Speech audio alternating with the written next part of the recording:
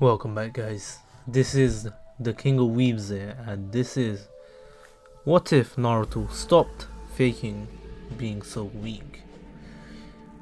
Before we begin this what if, I would like to honor the creator.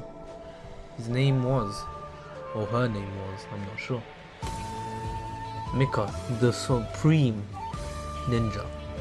The story is fanfiction called Kamikage, and this is a little summary of it. Tired.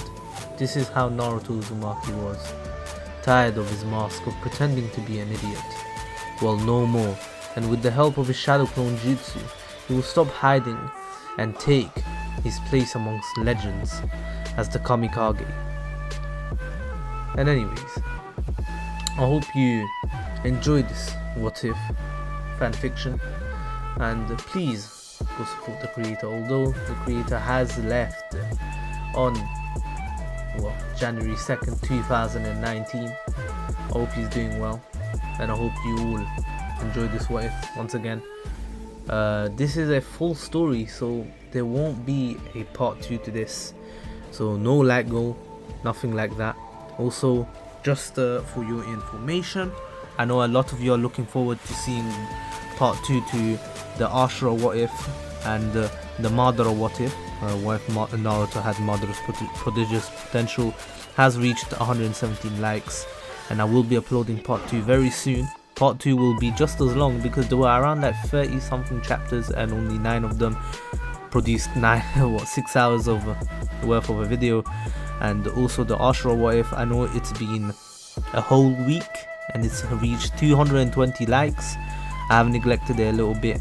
I've actually not really checked up on it in a while, but that will be getting a part 2 and maybe even a full story eventually. Well, it will get a full story soon after part 2 comes out, and possibly part 3. Also, what if Naruto had the chakra chains of destiny? Part 2 will be coming out as soon as he hits 100 likes. Anyways, I've rambled on for enough. The video will start now. I will leave a timestamp if I can remember to do so. And anyways, my ducklings, you're all dismissed, and let's get right into the video. Chapter 1 Prologue. Tired. That is the only way to describe how Naruto Uzumaki was feeling right now. Tired of hiding behind the mask of stupidity and incompetence. Yep, that's right, Naruto is not an idiot. In fact, he is a genius, even more so than his parents, Minato Namikaze the Yodomi and Kushina Uzumaki. 2 high S-rank shinobi, legends in their own rights. Yet, due to circumstance, Naruto has to hide behind a mask of stupidity and incompetence. Pretending to love the color orange, Sakura Haruno, ramen, and dreaming of being Hokage. The truth was he hated all of those things. Well, not Sakura, he is just disappointed in her, and she has so much potential yet wastes it due to her obsession with Sasuke Uchiha.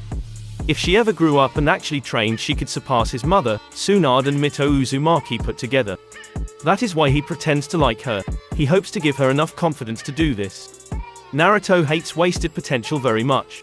Oh well, not much he could do now. Once again he failed to do the clone just you. The damn thing uses too little chakra, and while he has better control than most people think, his raw chakra amount is too much for him to control right now. He hated the village for his inability to get help for that. That and the incompetent and naive third Hokage. It's okay, Kit, Kurama said soothingly. Yes, Naruto has been in contact with him for 10 years, we just have to be patient. Yes, I know, it just irritates me so much sometimes. Hey Naruto, someone calls from behind the swing he is sitting on. Naruto turns and sees the silver-haired teacher Mizuki, Chunin level and arrogant as hell. The man hates Naruto with a passion, something Naruto senses constantly. His kind smile putting Naruto on edge for that very reason. You know, Iruka does not want to fail you, he just does what he has to as a teacher. I know that, I just want to pass so much, Naruto replies, sensing something darker coming from the teacher. What would you do if I told you of another way to pass? One that is guaranteed to pass you. Anything, all you have to do is steal the forbidden scroll of seals and learn on just you from the scroll, he says, smiling maliciously. I'll do it, Naruto replies, secretly planning on learning what he could and blaming Mizuki. Fast forward to several hours to the forest. Naruto reading the scroll he stole after knocking out the Hokage with his sexy just do. Shadow clone just you, huh?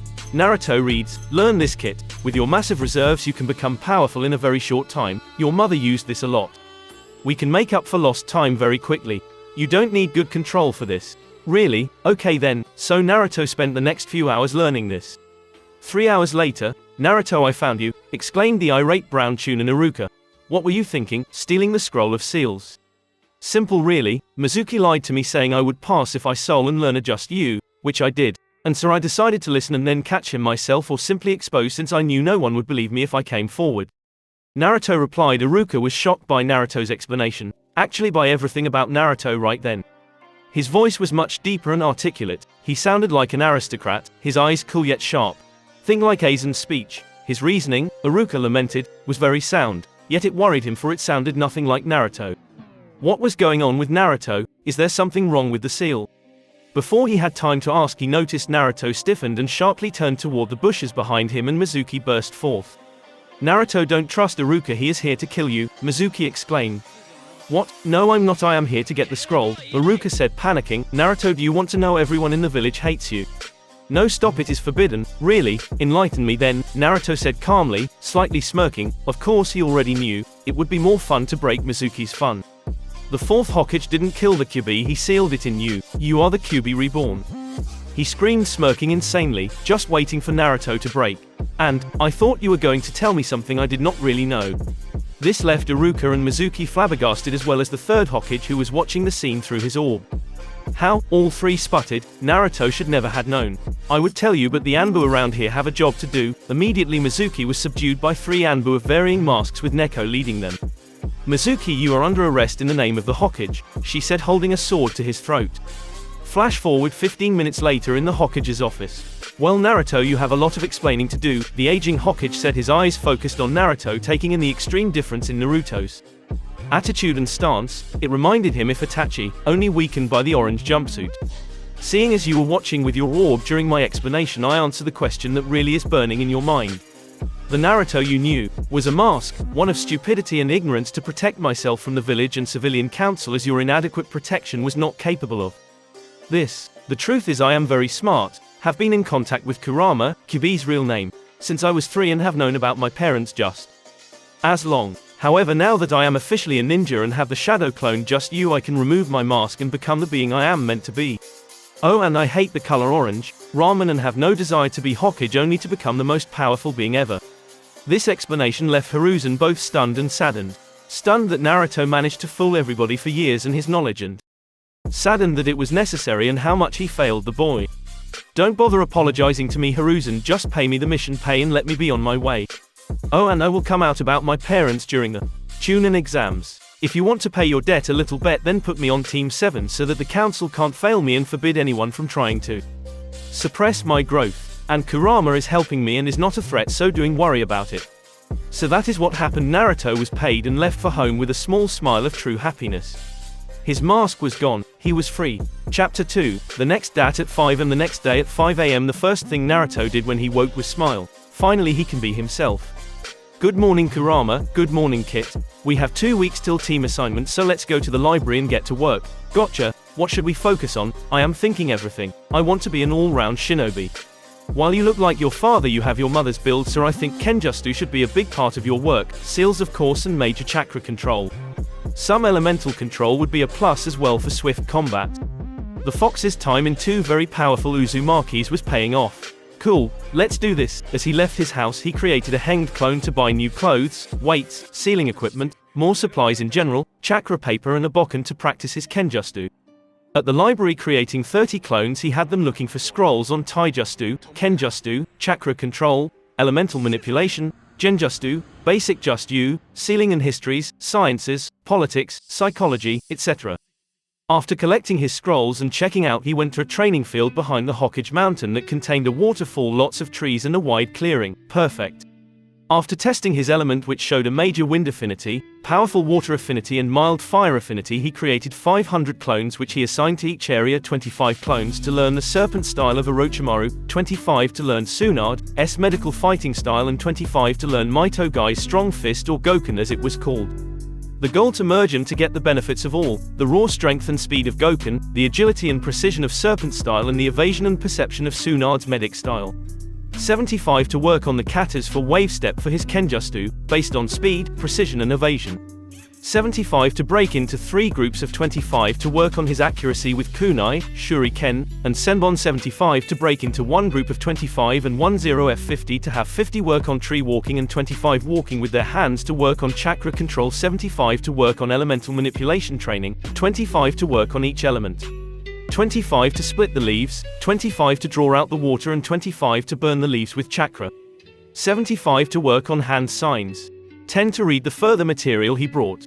15 to work on his calligraphy. 25 to work on adding chakra to his sense to improve them. All the while he added the 20 pounds weights on his body and wore his new outfit that looked like the Anbu outfit with a long grey undershirt underneath. He then began his physical training, one that would make Guy pale. 12 o'clock. After dispelling his clones 5 from each one form each group at a time every 25 seconds, Naruto sat down to eat and go over the information he gained. After 30 minutes of rest, which thanks to the combination of Uzumaki vitality and Kurama's chakra he was ready to go, Naruto created the same amount of clones with one change of the 50 clones working on tree climbing. 25 would now work on water walking. And all the others working on his control would add leaves to their body to increase their control. He grinned thinking about how powerful he would be by team assignment in 2 weeks. At 6:30 he sparred with his clones to make everything fluid. As he sleeps at night he has 25 clones work on Fuinajutsu. 1 week later, Naruto's stats: Kenjutsu high Chunin level, Taijutsu mid Chunin level, Control, low Jonin level, Weapons high Chunin level, Ninjutsu low Chunin, Elemental manipulation low Jonin level, Seals, level 3/10. Weights at 150 pounds. After a week of training Naruto was able to add resistant seals which were like wading through water. He was a true Uzumaki with his massive increase in sealing knowledge. He was working on a seal to help those with less chakra build their up quicker. He was very pleased with his progress. He knew he could beat every one of those he graduated with. Due to his better control Naruto added 400 clones to work on different areas. 50 to work on chakra enhanced strength, not Tsunad's just general enhanced strength. 50 to work on medical ninjutsu. 50 to work on chakra scalpels. 50 to work on bettering his substitution. 50 to work on cage kunai. 50 to work on various elemental ninjutsu. 15 to work casting genjutsu. 35 to work on breaking genjutsu. 50 to working on enhancing his sense with chakra. 1 week later team assignment. After 2 weeks of intense training Naruto was very pleased with his results, which were a bit slower due to being self-taught. He had become a lot stronger and could say that he was a solid low join level shinobi. He had found that Kenjutsu was a natural talent for him, as was sealing and elemental manipulation. His incredible healing abilities helped a lot as he was able to up his resistance seals often throughout the week, all the way up to a level 5/30th resistance seal. He even finished the seals for helping those with low chakra levels which he applied to himself. It worked by storing the passive chakra while you sleep, creating a chakra pool, and the constant pull on you chakra increased your reserves over time. Naruto's stats: Kenjutsu mid Jonin level, Taijutsu low Jonin level, Control, high Jonin level, Weapons mid Jonin level, Ninjutsu low Jonin level, Elemental manipulation high Jonin level, Seals, level 6/10. Level 5 resistance seals, like walking through water going at 30 miles an hour. Medical ninjutsu mid Chunin level. Genjutsu, low Chunin level, casting but is immune to genjustice due to Kurama. Speed, low Jonin level.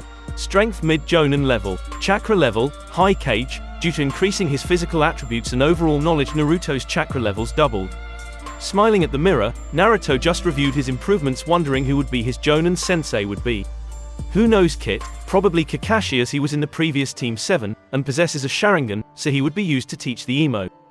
Uchiha. Kurama then replied with pride dripping from his voice, "You know Kit, I am impressed with your massive improvements, don't hold anything back, okay, show the world who you are." Of course Kurama, I plan to. And with that Naruto left his apartment. As he was walking down the street, Naruto stopped at his Garashi's weapon shop and decided to look for a real sword before he went to the academy for hopefully the last time. Looking at their fine selection Naruto noticed a fine Anbu regulation chakra conducting metal blade and thought, bingo. He grabbed it off the shelf and went over to buy it. How much? Naruto asked the burly, slight soot-covered middle-aged man at the register. That be 200,000 ryo, he gruffly answered, so Naruto paid the cost, placed the sword on his back, and left the store to go to the academy. At the academy, sitting in the back, Naruto waited for everyone to arrive. Chapter 3, at the academy. After 25 minutes of waiting, almost everyone was there. Then everyone heard a rumbling, followed by a great dust cloud was the two banshees and top Uchiha fangirls, Sakura Haruno and Ino Yamanaka. "I won forehead," Ino screeched at her fellow banshee. "Are you blind, Ino, pig? My big toe was at least 1/4 inch ahead of yours," Sakura also screeched in reply, which sparks a banshee's bitch fest over who won and Uchiha seating rights. This got to Naruto despite his rather high level of patience, and so he decided to intervene. "Shut up, you two, my kami, you two are embarrassments to Kunoichi everywhere, stop with your senseless bickering and sit your skinny asses down. Besides, there are 2 seats next to the Uchiha," Naruto exclaimed rather loudly. Now this had several reactions both in the classroom and with the Jonin observing the graduates through the Hokage's orb. First, it drew attention to him and made several of the girls blush at his physique. It caused Hinata to pass out from blood loss while mumbling, "Naruto, so hot." Everyone who recognized him was sent into shock at his lack of an orange jumpsuit, manner of speech and what he said all together. None more than Shino and Shikamaru were shocked, who despite being very observant geniuses did not expect this nor expect that his previous behavior as a mask. This only angered Sakura, who barked at him, "Naruto, what are you doing here? Only graduates are supposed to be here, not failures like you," she finished with a sneer. "Well, Haruno, if you used that Uchiha obsessed brain behind that enormous forehead of yours, then maybe you would notice that I have a high 8 and thus must have graduated," causing even more shock at how he talked to his precious Sakura. This infuriated Sakura as she walked to him, cracking her knuckles ready to pummel him. "Naruto." As she swung at him, Naruto merely ducked and flicked her in the chest with chakra-enhanced fingers, sending her to the front of that classroom. As she got up dazed, she tried to screech at him, "What the he ouch." She yelped as she was zapped by the seals that appeared around her neck. "Hurts, Haruno, those seals will zap you every time you attempt to act like a banshee or try to hit me. Think of it like a temporary shock collar." This left everyone in a complete shock and a little fear at his sudden skill and attitude change. With the Jonin in the Hokage's office, silence reigned through the office as everyone was in awe of the so-called dead last act. This was broken by a rather insane-sounding cackle, coming from one Anko Matarashi. Well, he certainly put that fangirl in her place. She managed to choke out between cackles. The skill to do what he just did is at least Jonin level. I thought he was the dead last, while surprised Kurenai was rather pleased, as like all serious Kuniocha, she hated fangirls. Yes, it would seem that Naruto was serious about his old behavior being a mask, the old Hokage mumbled with a slight scowl. He too was shocked at Naruto's skills with seals and his new attitude, which would take some time to get users to. It was a mask, that's good, no one is that much of an idiot, but what about the skill increase? This was Yaogo Izaki, aka the Anbu Captain Neko. She had watched Naruto when he was a little boy and had a soft spot for the boy. He has been using the Shadow Clone just due to its peak and the library for the last 2 weeks. He has become massively more powerful. He actually was using 500 as of last week and 900 for the last week. This left the other Jonins in awe at such an ability to learn improve. Over a short period of time, Naruto could become a cage-level shinobi. This thought left some a little uncomfortable at the thought of the demon brat becoming so powerful. Don't tell Kakashi, Anko managed to get out between cackles. It will be fun to watch him flounder at Naruto's real skill. I agree with her, however while it will be amusing, it will also give us a preview of what Naruto can do without bias, said the local illusion mistress. For she was genuinely curious what Naruto could do if his actions at the classroom were any indication. Very well, no one tells him, and oh, here he is, Hiruzen declared as everyone felt the distinct feeling of a shushin about to happen. With a puff of smoke, there was the grey-haired cycloptic shinobi scratching the back of his head, pawn in the other hand. "I'm not late, am I?" he had the gall to ask, only to be answered in the way of massive amounts of killing intent. "Just shut up and go pick up your team when the time comes," the old Hokage replied, voice full of irritation. Back in the classroom, Iruka walked into the room sighing at the shocked faces, just knowing Naruto was the cause of them. "Okay, now that you have graduated," and then the teacher began his rant about how they were now proud shinobi and carriers of the Will of Fire. "Now Team 1 will be not going to make up their names, and I am skipping to Team 7. Team 7 will be Sakura Haruno, Naruto Uzumaki." This brought about Sakura's cry of despair and Naruto's utter indifference, and Sasuke Uchiha, insert eardrum-shattering squeal about true love, prevailing, followed by a screech of pain form the seals on her neck. This made everyone laugh and Iruka stare in a mix between amusement concern, and joy at the thought of someone shutting up the pink-haired howler monkey, okay, and being led by Kakashi Hitaki. He then went on to mark of the rest of them teams and then left the class.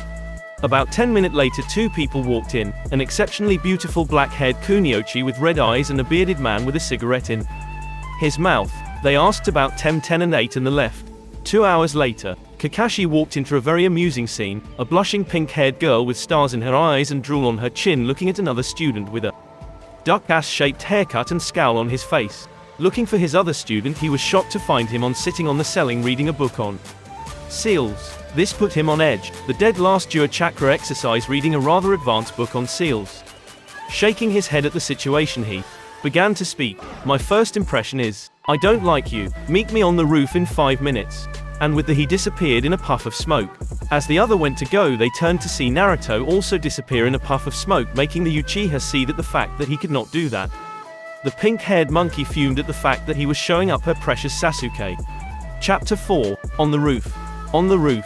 A small puff startled Kakashi as he had started to read his beloved, and pathetic, porn. From the small cloud was his blonde-haired student who was still reading his book on advanced seals, completely ignoring his teacher's flabbergasted, I love that word, expression.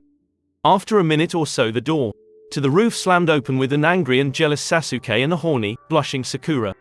Well then, now that we are all here, I believe we need to introduce ourselves, names, ages, likes, dislikes, dreams and specialties.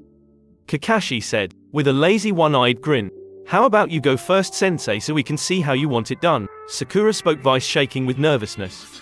Oh okay, I am Kakashi Hitaki, age 28, I like a lot of things and hate a lot of things. Dreams for the future, well you're too young to know that. And specialties would be ninjutsu and tracking. He spoke with a lazy, almost carefree drawl. You first, Pinky. Sakura scowled at that remark. Well, I am Sakura Haruno, age 12. The things I like are. I mean, the person I like is Squeal. Ouch. Her Banshee. Screech interrupted by the seal's sharp reminder of Naruto's warning.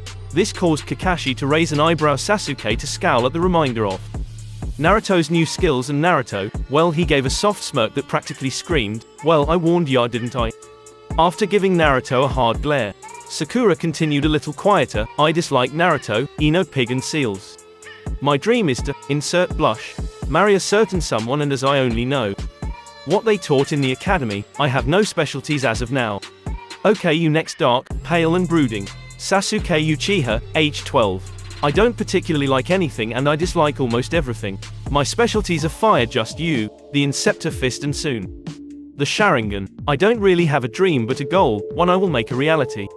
One to kill a certain someone and avenge my clan. This made Naruto and Kurama roll their collective eyes. Itachi Uchiha was a true prodigy, a master at pretty much everything. No matter how much Sasuke worked, he would never beat Itachi, and it was obvious. Sasuke could and would get strong, that was true, but never Itachi's level.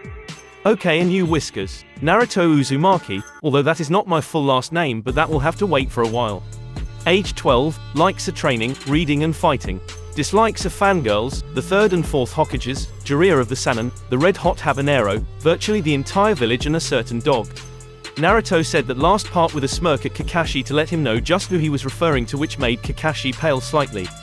Dreams for the future include become as powerful as humanly possible in all fields and showing this village just how badly it fucked up. Specialties. Well, you will see in our real test, won't you? This last part had several reactions, looks of confusion from the students and a hardening of the face for Kakashi.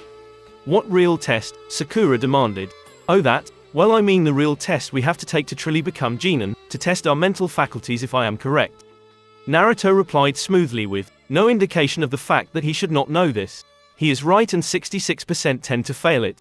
Kakashi answered, his scowl still present at Naruto's unexpected knowledge and his overall responses.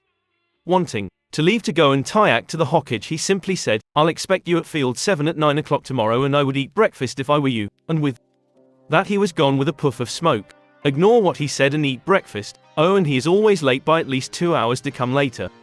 Before Naruto was also gone in a puff of smoke. Both that remained just stared at the lingering smoke, planning to ignore the so-called dead last. In the Hokage's office, Kakashi appeared to ask the Hokage about Naruto's actions. As he began to open his mouth, Sarutobi said, yes, I know Naruto is different, but if you had attended the meeting then you would know, wouldn't you? You will just have find out during the next one, huh? And with that he dismissed the shocked shinobi. Tomorrow will be interesting, won't it? He said to himself. Chapter 5. At the training ground 11:45. A note to the reader: the dog he was referring to was Kakashi. It was his Anbu. Masuke has learned other things than what I have said. I am saving them for later, and he still has a vicious prankster mind and is still very creative. UNRPOS, LLC. At the training ground 11:45. Naruto appeared in a tree branch about 20 feet from where Sakura and Sasuke were sitting. He smirked at them, knowing they did not eat breakfast, and was content in the fact that he was smart enough to do so. Seeing as how he was still early enough, he decided to do a little prep work on the field. After all, while he was not an idiot, he still to prank, though they were a bit more interesting now. About 15 minutes after Naruto appeared, Kakashi decided to grace his students with his presence, only somewhat weary of Naruto and Arpo's developments. Smiling at his two students with that lazy one-eyed grin, he began to search for his blonde student but could not find nor sense him. Unquote. UNRPOS, relate. Unquote. His female student began to wail at him, only to flinch and scratch her neck as if expecting pain. It seemed the seals were no longer working. Unquote. Oh, you know, I just got lost on the road of life. So where is Naruto? Unquote. He lazily drawled out, completely ignoring their completely furious expressions. Unquote. We don and Arpos. Tino the idiot never showed up. Unquote. Sakura replied with a scowl. It seemed she was still angry about yesterday. Unquote. Oh, I don and Arpos. Tino about that. I have been here for about 15 minutes. Unquote. Naruto said suddenly right behind Kakashi. This made the other two students both gasp and scowl. Gasped at the fact that no one knew he was there, and scowled at his once again newly proved skill increase. Kakashi on the other hand was more than a little worried. He was the best tracker in the village, and Naruto had the most massive reserves he had seen. For Naruto to be able to hide from him said a lot about Naruto and Arpo's skill in stealth. It seemed there was more to his little blonde student than he originally thought. He hated being out of the loop. Well, now that we are all here, let's begin, shall we? As with that he began to explain the test. You have until 3 o'clock to steal at least one of the TKoW bells from me. But sensei, there are only 2 bells and 3 of us. Guess who, and you deserve a cookie. Very good, Sakura. The loser will be tied up and forced to watch me eat my lunch. And with that the two by the tree's stomachs began to growl. Naruto, you seem to eat. Why is that? Simple really, I rather be full and puke than be hungry and weak. Besides, you were suggesting not ordering me. In a calm voice with just a hint of a condescending feel to it, as if one were talking to a small child. After everyone got over their shock of being outsmarted by Naruto, Kakashi finished by explaining the rest of the test. Anyway, the loser will be sent back to the academy. Come at me with intent to kill. And with that the game was met. But we could hurt you, sensei, the monkey said, well screeched. Yes, Sakura, 3 academy graduates hurting a well-trained, second veteran of war. That will happen, Naruto said, this time in full condescending mode. Even thing he knew he could do some damage, as Kakashi was not expecting his higher skills. Naruto then turned with a kunai ready to throw it, as Kakashi appeared behind him gripping his wrist. Don't worry, Sakura, I will be fine, Kakashi said, all the while missing Naruto's smirk. As Sakura and Sasuke disappeared to go hide.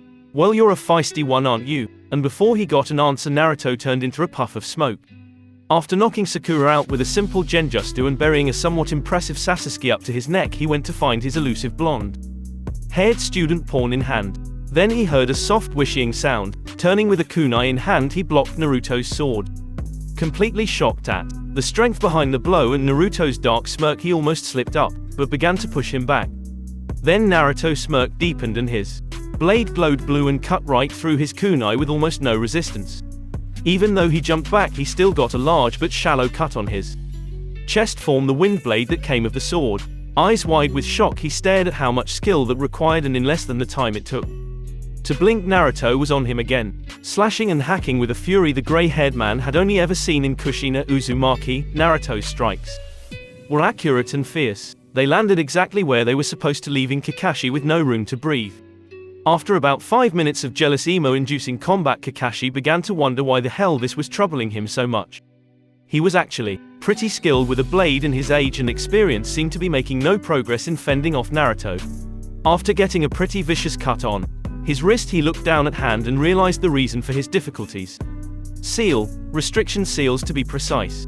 When did they get placed on him? These were pretty advanced, as they restricted everything from movement and strength to chakra and, most dangerous of all, pain.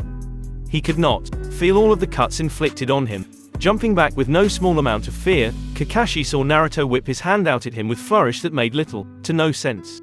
Then he saw it, his precious book flying back to Naruto connected by a chakra string. Fear is all he felt. The absolute terror a Prevent feels when his precious pawn is threatened. Gripping the book in his hand, the whiskered blonde opened the book and with a small smirk said, "What a nice book, it would be a shame if something happened to it. Don't you agree, Kakashi?" All the while that smirk never wavering. Now Naruto, no need to get violent. Is there? Kakashi said with a slightly quavering voice. Well Kakashi, if I get a bell, I may consider releasing your book. Now Kakashi was going to call a bluff when Naruto out a leaf. As Kakashi was about to leap at Naruto, to save his precious book of course, he noticed the leaf glow and then split in half. With that he realized this was no bluff, and tossed a bell screaming in a warbled voice, "Now return the precious." With a rolling of his eyes Naruto tossed the book back. Just as Kakashi was about to touch it, Naruto flung his chakra string back out, this time full of wind chakra. As Kakashi grabbed his book it did something he never wanted to see. It split in half. Body absolute oozing with killer intent, he went to demolish his student when he realized he couldn't move. He could not even struggle, turn his eyes to his book. He saw a seal, one that completely ceased all movement. Now normally he could overpower it, but when coupled with the ones on his body it made him a statue for all intents and purposes. Naruto, realizing his seal had done its job, sauntered over to Kashi and took the remaining bell and called out, "Tweedledum and Tweedle. Dumberass, get out here for your bells." As the two named dumbasses came out, one stomping with a scowl, the other truly and greatly impressed, yet pevered at her new name. After tossing the bells at them he began to explain, "This was a teamwork exercise. As a team player I got the bells for you." And with that he turned to Kakashi and reached into his back pouch and pulled out an orange book. "We pass, don't we Kakashi? If we don't, well your real book will get more than split, unlike the fake I put in your hands." As he said this his other hand was enveloped in fire. This is due to immense skill in elemental manipulation. And so with the little movement he could muster Kakashi began to swiftly nod his head, the earlier terror back in his eyes. "Lovely, although if this book is prevent you from committing to your duties then maybe it would be better to remove it from your person. Yes, that would be a good idea." And with that he filled the book with fire chakra, turning it to ashes in front of a horror-stricken pervert. Swiftly grabbing Sakura by the waist he said, "Oh, those seals will be gone in about 20 seconds. Bye sensei." As he was gone with Sakura in a fire shushin. As he was realized from the seals, Kakashi surged to his book, letting out a scream that would haunt the village for years to come. My precious. Chapter 6, at his training field. I need to say that Sakura has little to no confidence in the series. This is why she has problems. So she anchored to Ino, then Sasuke, all to make her able to function. If she were to believe in herself then look out, a badass arrives. Also everyone allows it to occur, so if someone makes her really look at herself I think she could change. Oh, and Naruto will seem soft in this, but sometimes reassurance can get you a lot and he knows that. In Naruto's training field. Appearing in his training field in a small blaze of fire, Naruto let go of Sakura, walked a bit away, turned and looked at her slightly irritated yet surprised face. This made him smirk before saying, "Sakura, why did you become a kunoichi?" This left Sakura spluttering, "Two.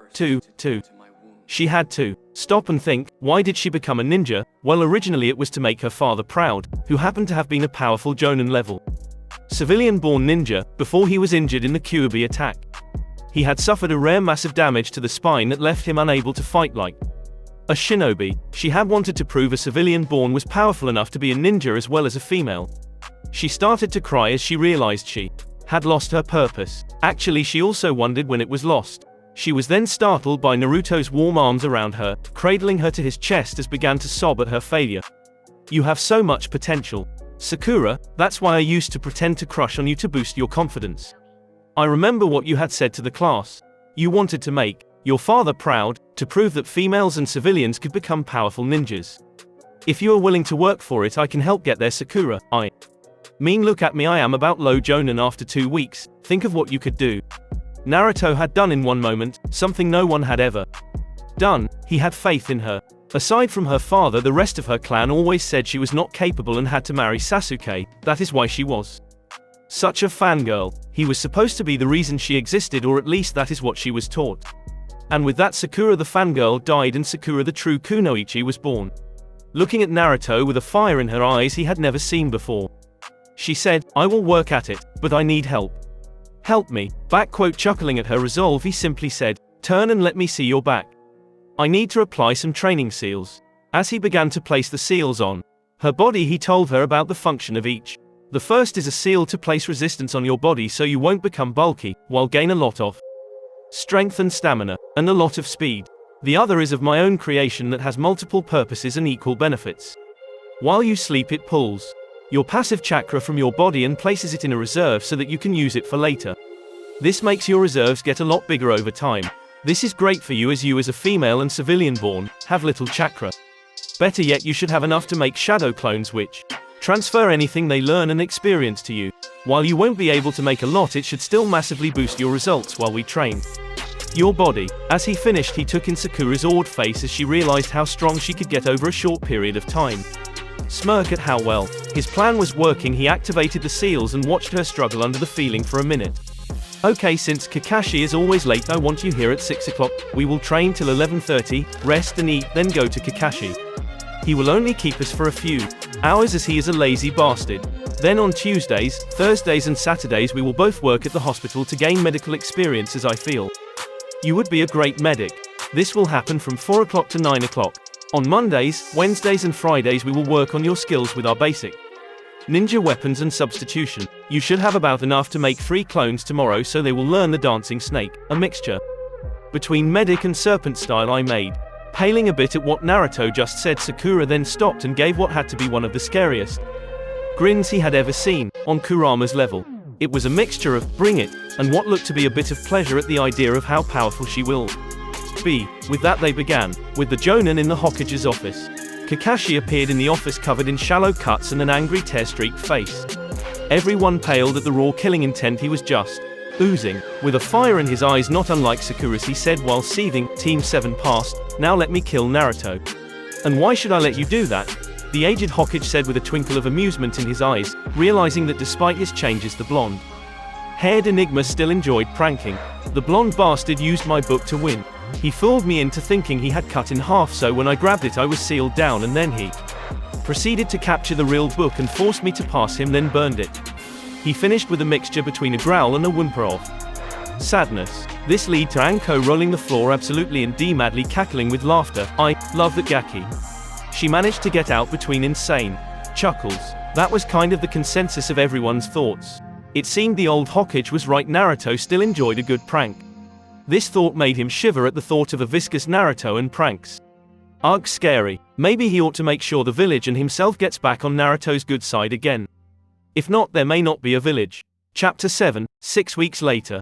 Naruto and Sakura have become very close, like brother and sister, except that Sakura has a very high level of respect for Naruto and is very protective. Naruto is the same with Sakura, also they may seem to flirt, it is just their way of talking. Oh, and I believe that the bigger your chakra size is, the bigger your breast size is. Just look at Tsunade. She had lower reserves as a child but had massive more as an adult, the same for her breast. Just saying, this can also be seen with every powerful female character in the series. 6 weeks later, Naruto loved being right, and at this moment he knew he was right about how talented Sakura was. It had been 6 weeks and Sakura had massively increased in skill. Currently she was using 9 clones, as her chakra levels had tripled, to work on various things. 3 to work on Dancing Serpent, 3 to work on Genjutsu, 3 to work on Chakra Scalpels. All the while working on the water walking exercise with Naruto's clones chucking rocks at her. This helped to build speed, stamina, evasion, and chakra levels, and even help concentration. Overall he rated her a high Chunin to low Chunin level ninja. She could very easily beat the emo Uchiha. This however did not rate her medical abilities, as she showed a rather frightening level of skill with that. Only 6 weeks of training and she was a solid Chunin level medic. This took Naruto a week of using 50 clones to accomplish. She also showed a bio of a fetish for chakra scalpels. Managing something Naruto also did, to make them without a visual presence. You could not see them, making them all the more dangerous. Sakura's stats: Taijutsu mid Chunin level, Control, Medic level 2, Weapons low Chunin level, level 3 resistance seals, like walking through water going at 10 miles an hour. Medical Ninjutsu mid Chunin level, Genjutsu, low Chunin level, Speed, low Chunin level, Strength, high Chunin level, Chakra level, high Chunin level, Stamina, low Chunin level, Speaking of skill, Naruto also was massively stronger. He was overall as strong as Kakashi, so about elite Jonin. Like all elite Jonin, he had a specialty. Guy's was Taijutsu, Kakashi's was Ninjutsu, his was Kenjutsu mixed with elemental manipulation. This meant that one skill was Cage level, but not all of them overall. Naruto's stats: Kenjutsu mid-Cage level, Taijutsu elite Jonin level. He was not Guy's level but could very easily beat Kakashi here if he was not using the Sharingan, especially if he used chakra scalpels in his attacks. Control, Medic level 3, this is even higher than Cage level but not Tsunad's level. Weapons elite Jonin level, Ninjutsu elite Jonin level, knows just you of every type, element and can use substitution like no one's business. Elemental manipulation high Cage level, when you use as many clones on this you are going to be good at it, and he has also learned the other 2 elements for manipulation after he mastered the 3 he started with. Seals, level 9 tenths. Level 10 resistance seals, like mud through water going at 30 miles an hour. Medical Ninjutsu mid-Jonin level. Genjutsu, mid-Jonin level, casting but is immune to Genjutsu due to Kurama. Speed, elite, Jonin level, faster than Kakashi but slower than Guy with his weight off. Strength low Cage level, all Uzumakis and Senjus have powerful bodies, just look at Tsunade. Chakra level, low Bu, about as much as Shukaku the One Tail. This equals as much as 5 cages. They were both well liked at the ninja hospital as both had gotten a lot of praise for their skills and abilities in the medical arts. They were even now certified as Chunin level battle medics, only a lack of field experience keeping Naruto from being a Jonin level battle medic. They also had saved up a good portion of money for themselves after working at the hospital plus missions. After about another they stopped to disperse their clones and rest before heading to Kakashi. With Kakashi and the emo Uchiha 2 hours later. This is one-eyed pervert you in position. This is emo duck in position.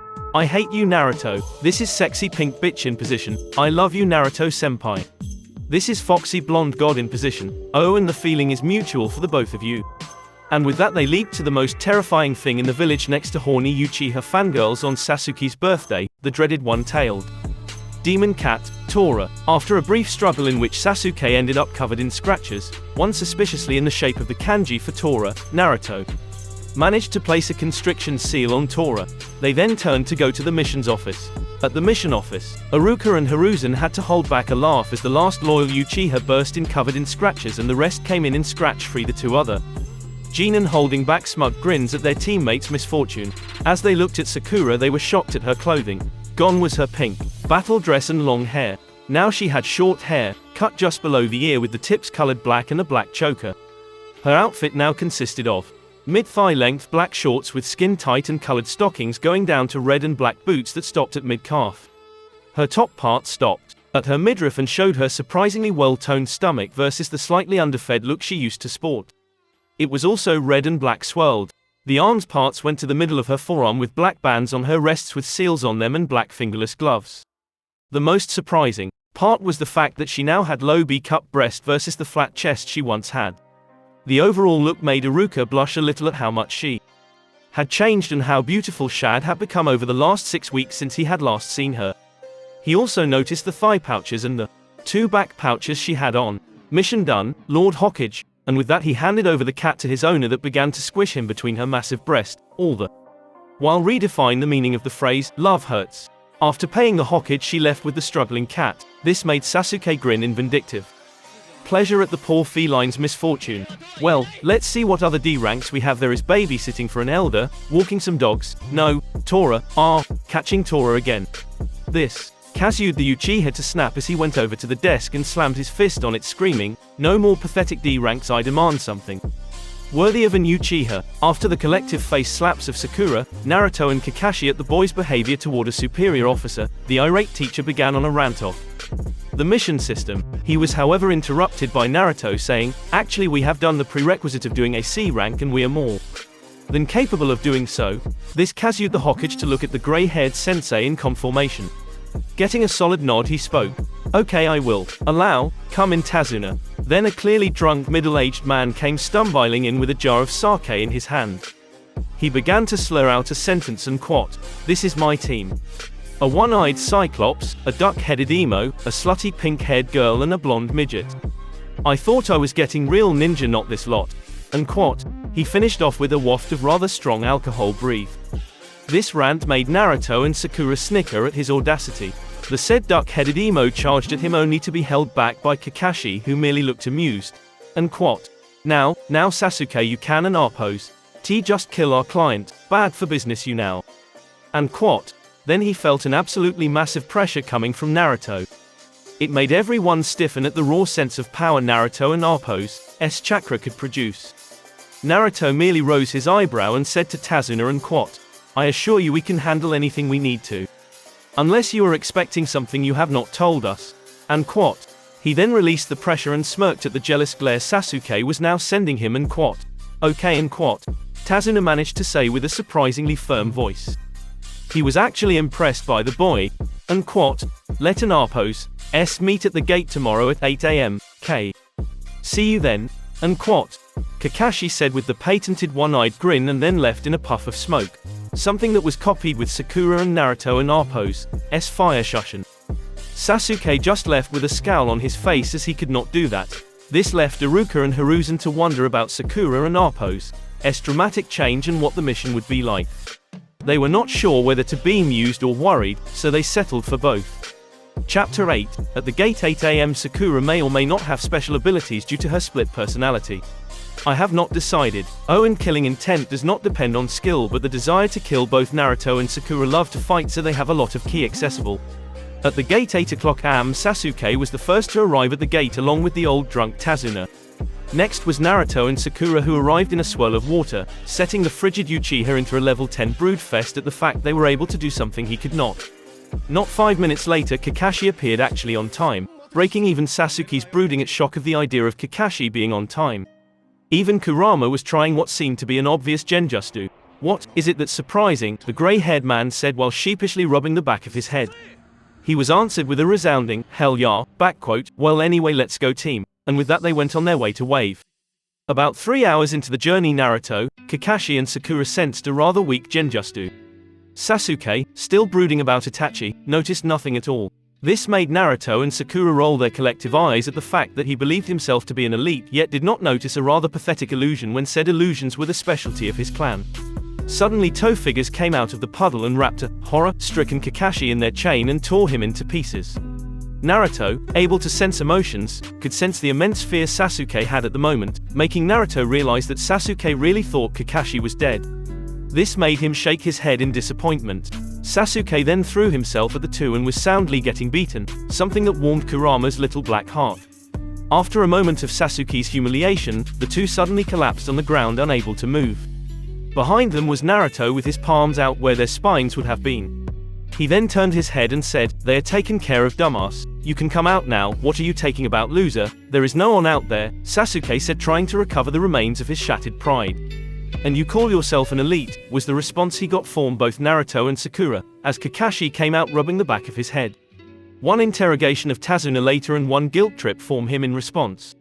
Sakura asked, "What are we going to do with them?" pointing at the paralyzed demon brothers. "Help me take care of this, sis." Naruto responded as he walked over to the demon brothers, took out two kunai, one for him, the other for Sakura. He then filled his with wind chakra, and with one swift movement beheaded the brother in front of him, while Sakura merely stabbed the brother in front of her in the heart.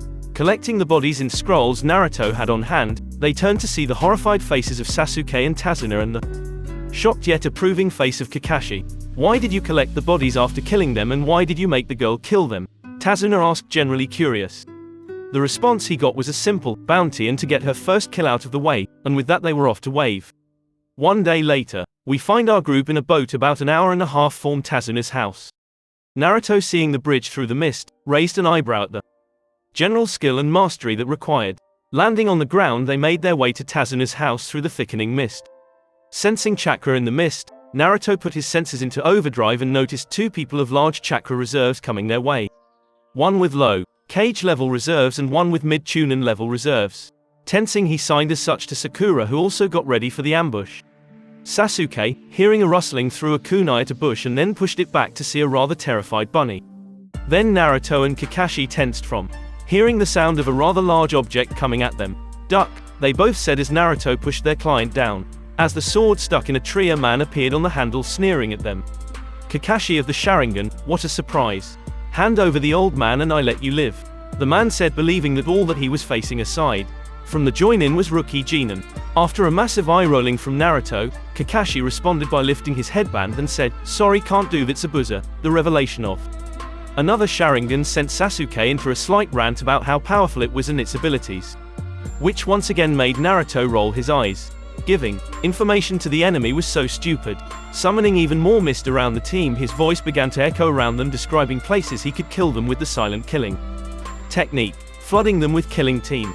Naruto and Sakura responded by sending their own back, surprising Kakashi as Sakura's was mid-jonin level and Naruto's was stronger than the one tails. Sasuke just started to shake, placing a kunai to his throat, unable to cope with the massive amount of killing intent.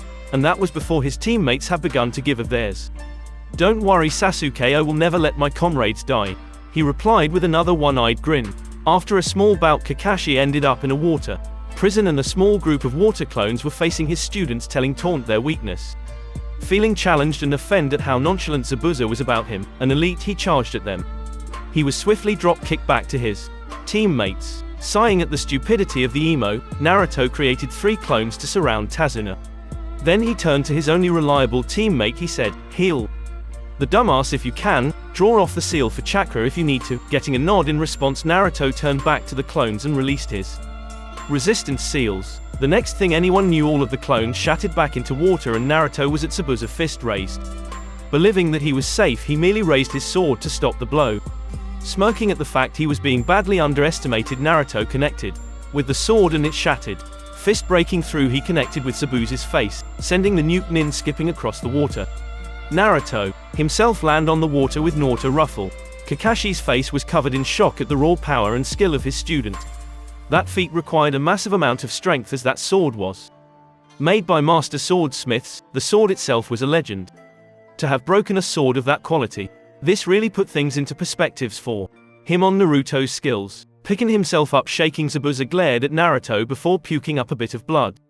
He did not even touch his ribs, yet Naruto had somehow had broken at least 3 of them. Naruto then appeared in form of him with his sword raised and a malicious grin on his face. The continued frenzy was wearing at the injured swordsman. His body hurt and he realized that he did not dodge all of the blows as he started to bleed all over, from small cuts caused from tiny wind blades coning of the sword. The next thing he knew was Naruto kicking him in the chest with a sickening crunch and snapping sound. Being knocked into a tree, he looked up to see Naruto walking up to him, ready to end his life. Just before he could, though, 3 senbons landed in Zabuza's throat. A hunter nin with the same chakra he sensed before was there, ready to collect the body. "Thank you, I have been following him for a while." The hunter spoke with a slightly feminine voice. "No problem," Naruto replied with a kind grin. "I would be happy to help you dismember him." Raising his sword to do just that, the hunter nin grabbed Zabuza and diapered in a quick shushin. Going back to his team, he noticed a thoroughly impressed Tazuna, a proud Sakura and a scowling and exhausted Kakashi.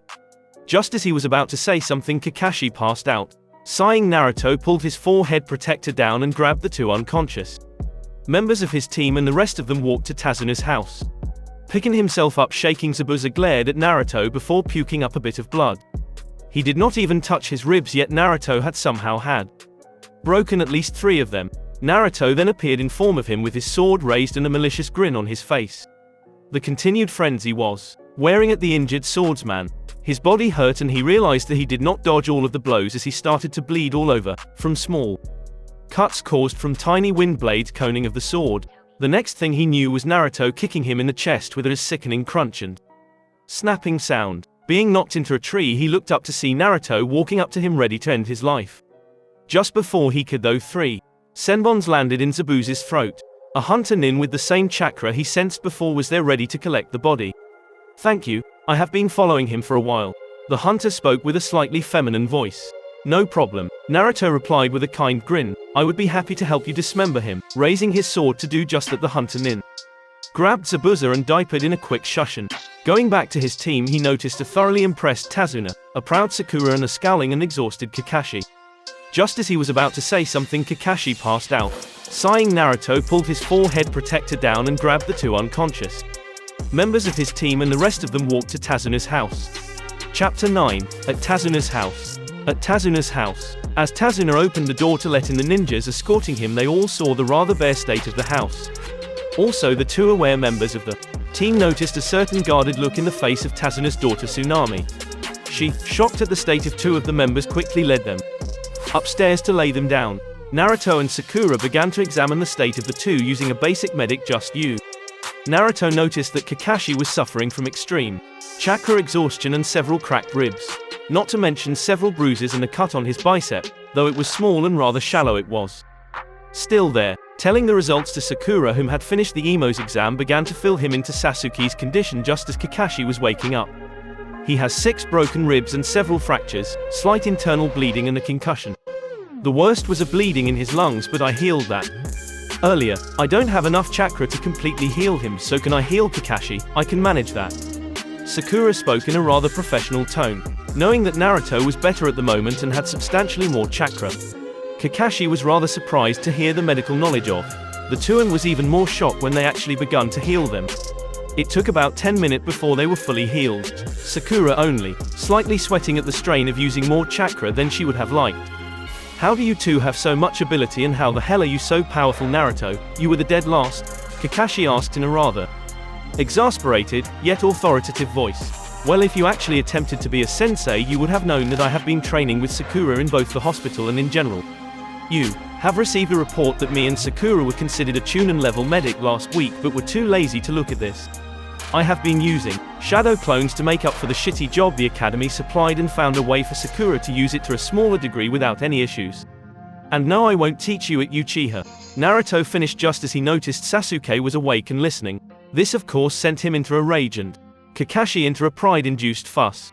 I have been a sensei, Naruto. Kakashi attempted to defend his wounded pride. Really? And what have taught us? Only a handful of poor attempts at teamwork. Your sensei would be ashamed of you. You were not even aware of my and Sakura's medical skills, Naruto said with a small amount of irritation. Seriously, how the hell did Kakashi reach this level if he was so lazy? Of course this made Kakashi angry at the sting at his teamwork fetish. So he began to sulk. Then the Uchiha had something to say. It does not matter what you teach Sakura or how you both train, you both will never become anything special. Not like the Uchiha said, voice full of pointless pride. Says the person who got knocked out in one kick to the person who demolished Zabuza with little effort. This was Sakura, which sent Kakashi into a little shock as he believed her to be a Uchiha fangirl. Seeing the look on his face, she began to explain her lack of fangirl behavior. Unlike you, Naruto has been working with me on my old behavior, and with his help, I am roughly low Chunin level and a solid Chunin level medic. This of course shocked Kakashi. Of course he won't change, as that would require effort, a crime in his mind. Still, he was impressed by this mysterious training method Naruto had Sakura use. Anyway, I would like to inform you that Zabuza and should be back in a week. Naruto explained to the shock of Kakashi and Sasuke. Seeing their shock, he decided to explain. He was grabbed by a fake hunter nin who had saved him, and the damage to his body should heal in 7 to 10 days, give or take. Mostly due to the blunt force trauma of my last hit to his chest. Very well, I guess we have to do some training tomorrow to prepare you guys a bit. He finished with a sigh at the idea of training him, something he had hoped to delay for as long as he could. Why, I am not sure, he just wanted to. They never explain it in the series. Next day in the clearing, okay, today you learn how to climb trees, Kakashi said with a pair of crutches under his arms. Sighing at his pathetic attempt at teaching, both Naruto and Sakura began to walk up the trees. This of course sent the Uchiha into a rage at the fact that they were ahead of him. So he yelled at him, how the hell do you do that? This made Naruto say, I am not your sensei, I am her sensei. I am her sensei. To that Kakashi said, if you know this, what other control exercises do you to know? We both know surface clinging, water walking, leaf sticking, senbon and kunai balancing, chakra pulsing, and while we both know how to do the waterfall climbing exercise, only I can do it right now due to the raw chakra requirements. Naruto explained while enjoying the shock on Kakashi's face at how advanced those two were.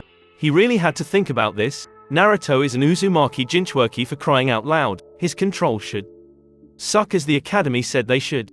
We will go guard Tazuna at the bridge. Getting a dazed nod in conformation, Naruto and Sakura left in a swirling of wind. At the bridge, after watching one coward left, Naruto asked, how many workers do you need? Getting a 50 minimum and 150 max. In response, Naruto created 150 clones to help. This made Tazuna grinned at how fast the bridge would be made. This would multiply his work speed by at least 10 times. With that thought, he began to order the clones around. A lot of progress happened that day. While the bridge was being worked on, Naruto had Sakura train under the bridge. She was sparring with his clones. The goal was to increase her reserves and to make her fighting more fluid. She was using that chakra form the seal to maintain her body rather than make clones. You really had to be impressed at the efficiency of Naruto's training methods, as he too was sparing his clones down under the bridge. Over a period of a week, this would help in his battle performance. He even had clones catching fish for the workers and cooking them. A very productive day indeed. Chapter 10. 1 week later at Tazuna's 1 week later at Tazuna's house. It had been 1 week since the last time they saw Zabuza and his fake hunter ninja, and in that week the emo Uchiha had barely managed to learn tree walking. This somehow had managed to elevate his already enormous pride. It was almost as annoying as the other emo in the room, the young grandson of Tazuna, Inari. All he did was mope and whine, eventually yelling at Naruto, who merely laughed at the notion that the kid thought he understood suffering. Naruto had gone to explain that everyone in the building had suffered more and were mostly handling it. This had continued for about 5 minutes until the kid left crying and his family looked at Naruto with a surprising amount of respect. Now, however, the whole team was waking to the bridge, Naruto leaving behind a few shadow clones and seals to protect the house. Once they made it to the bridge, they noticed that it was covered in a chakra-filled mist, as well as unconscious and bloody bosses of the workers. Immediately Naruto created 4 shadow clones around the client. They collectively said, 4 flames formation, creating a powerful purple barrier. Once again shocking Kakashi on Naruto's incredible skills, and that barrier is very hard to make. Sadistic chuckles coming from the thickest part of the mist, followed by 2 people. It seemed Zabuza was recovered. Sasuke and Sakura, you handle the hunter nin Naruto and I will handle Zabuza. It seemed Kakashi was no longer underestimating his students. Haku, it looks like you have a few playmates, take care of them, they come to help me, I don't know if I will last against 2 elite joinin. And with that the battle was joined. With Haku launched herself at Sakura, believing she was the lesser threat. Boy was she wrong. Sakura bent all the way back and landed 3 blows to Haku's abdomen. When he landed he noticed his stomach hurt a lot, then he puked up some blood. He realized he was bleeding internally. This girl was the bigger threat. A much bigger threat it seemed. Sensing Sasuke attacking from behind, Haku merely ducked as Sasuke attempted to kick his head, grabbed Sasuke by his leg and slammed him into the ground, stunning him. He then threw his senbon into Sasuke back to keep him out of the fight by paralyzing him. He then proceeded to cast a Just You, ice style, demonic ice mirrors. Water flowing around the area in the form of mist forged mirrors of ice which he melded into. You will fall to me, not even Zabuza, Sama can beat me when I bring this out. And so began to pepper Sakura with senbon. Smirking at his arrogance, Sakura began to dodge his senbon with a graceful and practiced ease. After about 2 minutes of constant dodging, she grabbed the senbon and began to counter him by throwing her own. That's when Haku realized that she had her eyes closed. A sudden sharp feeling in his leg made him realize not only did she hit him but she could follow him perfectly. After he pulled out the senbon and continued to attack her from all sides, he began to puke more blood out and his world was staring to blur.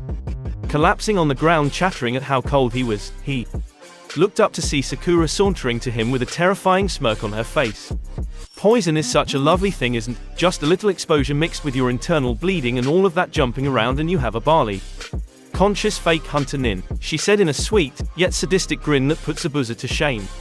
It was in that moment that Haku knew fear. Sensing this, Sakura said, don't worry, you won't feel any pain when I kill you. You deserve to die as a warrior, not a coward. Raising a kunai to Haku, who already accepted his fate, she plunged the dagger down and swiftly ended Haku's life.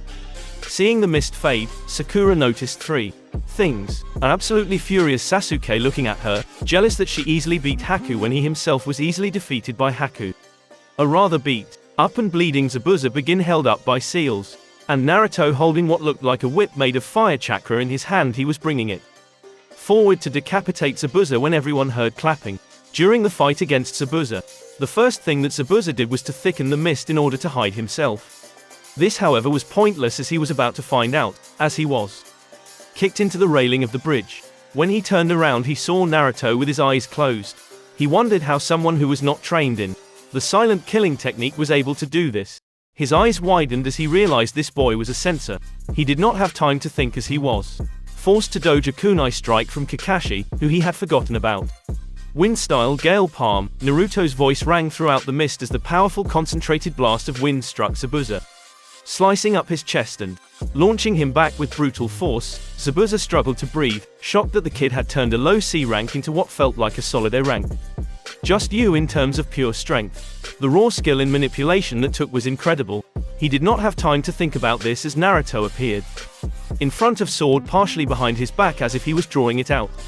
This made Zabuza raise his repaired sword in defense, though he was not prepared for the wave of fire that came from the boy's blades he connected to Zabuza's.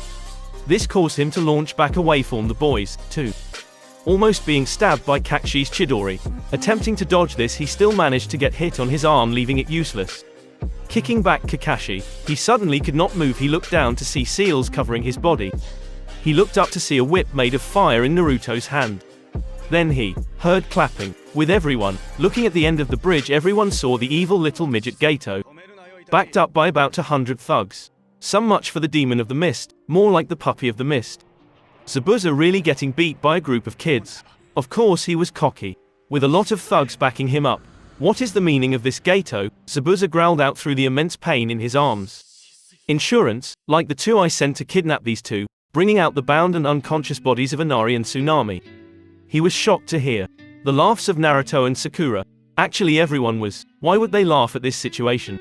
Why the hell are you laughing, brats? Zabuza asked, sounding more than a little peeved.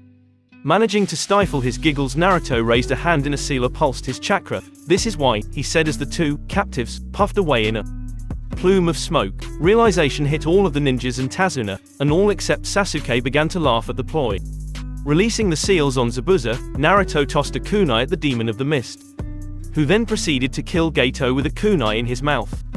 Walking back to Haku's body, covered in gashes and impaled with spears and swords, he began to cry while caressing his son in all but blood's face. The thugs, angry at the loss of their meal ticket, began to charge at the ninjas, only to stop after seeing the mob of villagers at the other end.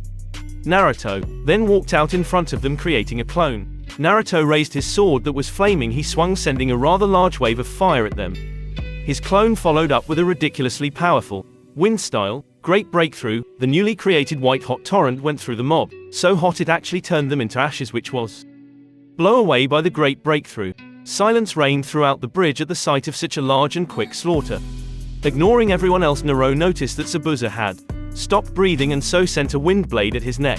Collecting the bodies, head and weapons of the two in a scroll, Hao turned to look at the citizens. He grinned a large grin and said in a large echoing voice, "You are free." This led to massive cheering that drowned out the hateful and borderline insane look in Sasuke's face, as well as the concerned and exhausted face of Kakashi. No one noticed the real Hunter-nin hiding in the background, writing down what he had seen for his report. With the Hokage 3 days later. Lord Hokage, look at this, Iruka exclaimed, barging into the room with a bingo book in hand. What is it, Iruka? The aged Kage asked, genuinely curious at the state of the usually professional Chunin.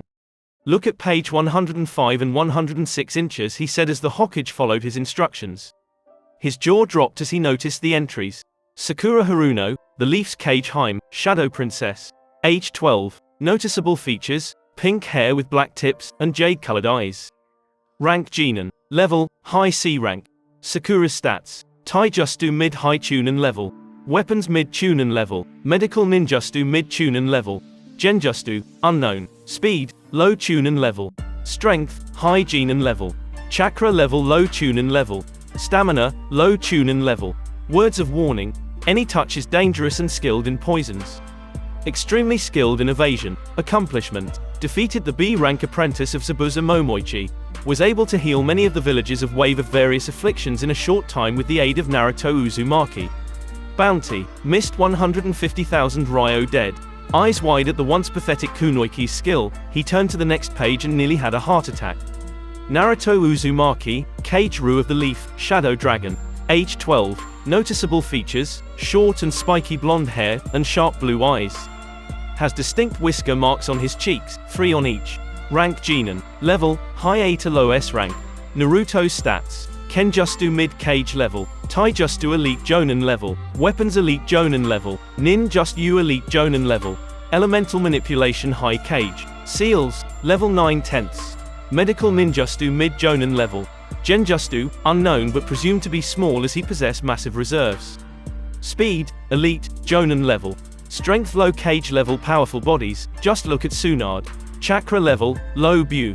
Words of warning, able to channel element into sword for various effects. Immensely skilled in seals. Sensor type, Loves shadow clone Justu. Don't attempt to fight if below cage level or in a large group of elite Jonins. Accomplishment. Defeated the high A rank Zabuza Momoichi. Defeated both of the high C rank Demon Brothers. Slaughtered 200 thugs with only one attack. The two combined so it was only one. Was able to heal many of the villagers of wave of various afflictions in a short time with the aid of Sakura Haruno. Bounty. Mist 1 million Ryo. Cloud 10 million Ryo dead or alive. Earth 150 million Ryo alive. Note asterisk. Wanted alive due to similarity in appearance to Minato Namikaze. It seemed like Naruto was really destined for greatness. Although this was really going to cause problems with the council, this was another headache the boy caused. Ugh, he was getting too old for this shit. Chapter 11. On the bridge. Let it be known that Sakura knows everything about Naruto's life including his parents and Kurama. She does not care and agrees with him on everything. At the bridge. It had been exactly 1 week since the time of the Battle of the Bridge. In that week Naruto and Sakura had gained a lot of love and respect for their efforts in not only the liberation of Wave but the reconstruction and healing of it. Both Naruto and Sakura had constructed medical areas which they healed and aided in the recovery of the various injuries sustained from the brutality of Gato's rule. Naruto, using his clones, helped to reconstruct houses and buildings. He even helped the fishermen get their catches while they helped in the construction of the bridge, which Naruto also helped out with. In all, the TKoW were given the love of the entire people. What really stuck with the citizen was the fact that they wanted no pay from it, only that they continued to stand up for themselves and that they truly take care of the various orphans left behind.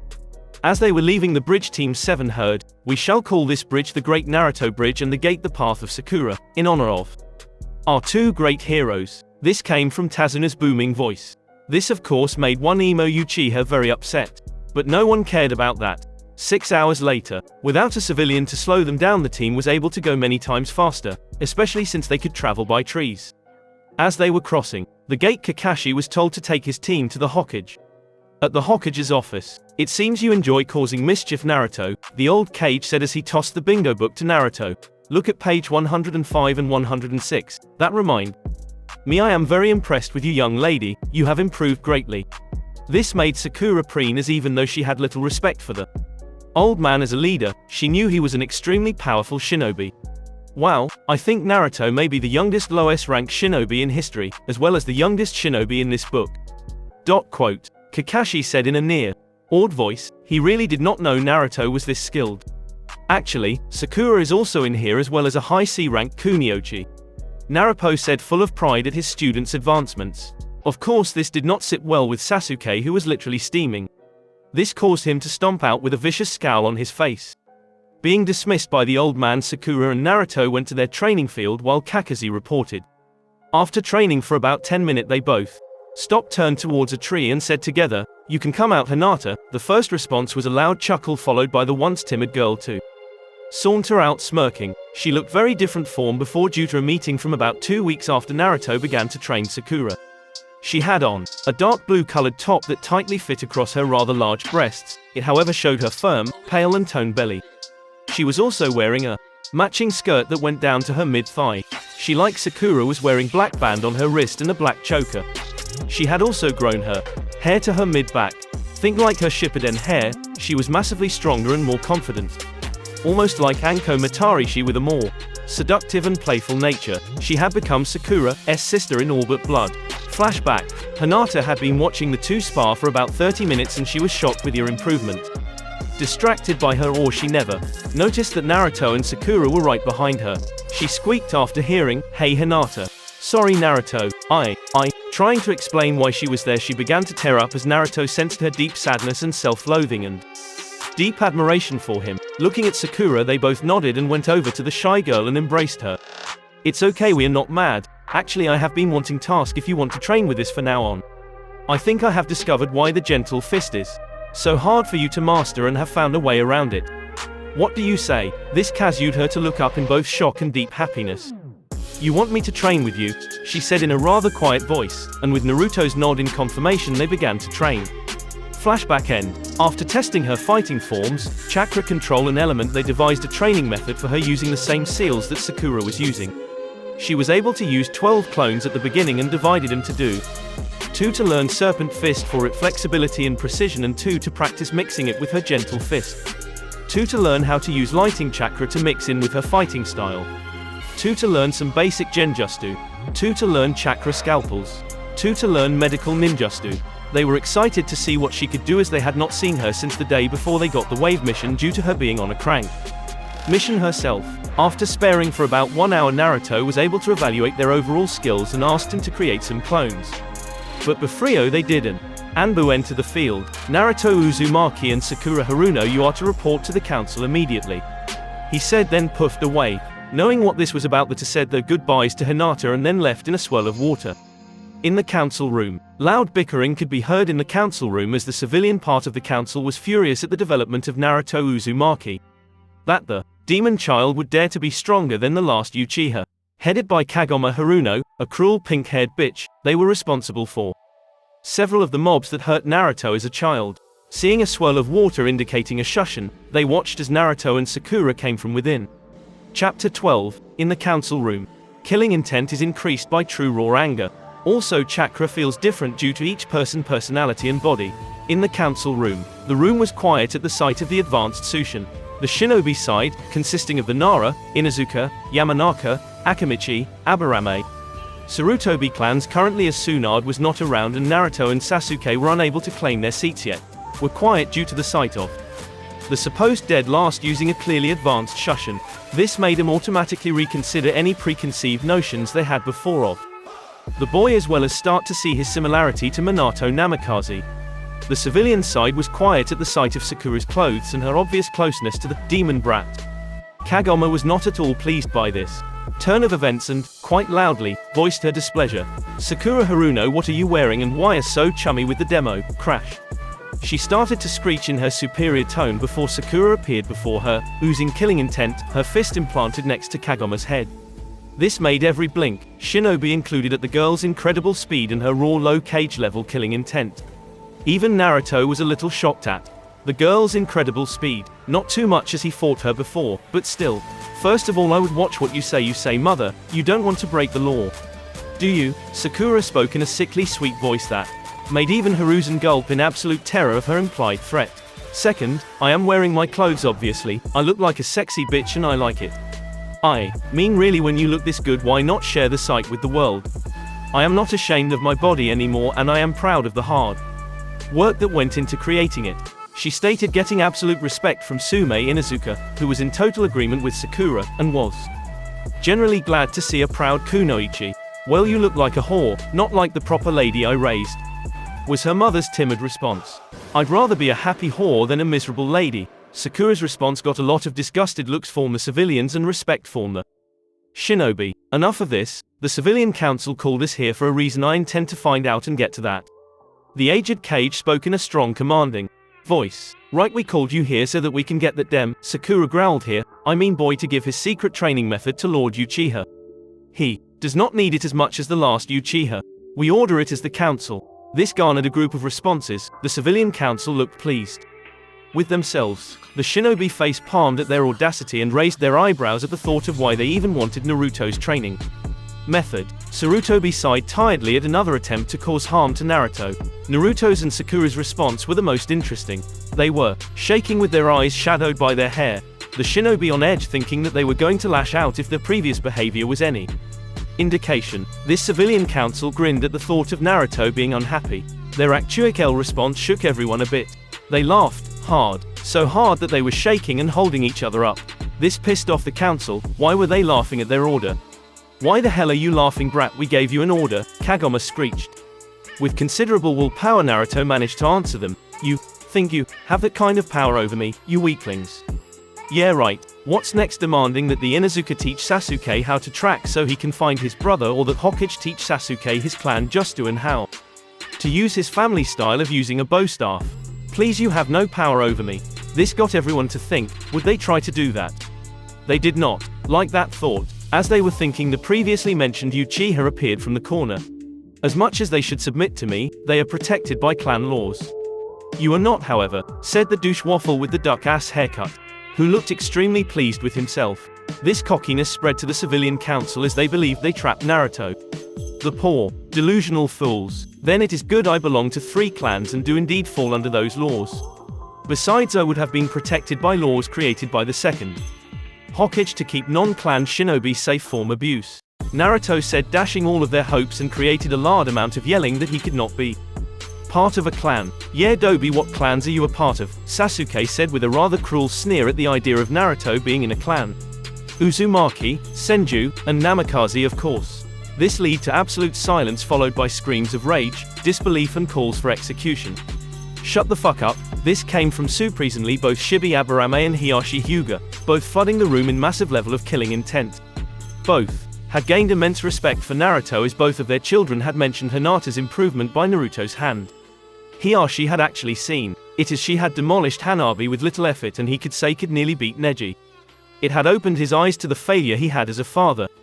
Is this true, Lord Hokage? Shikaku Nara asked with a surprisingly firm voice. Well, I can verify the Uzumaki and Namikaze, but Entos Sneju, care to explain? Naruto.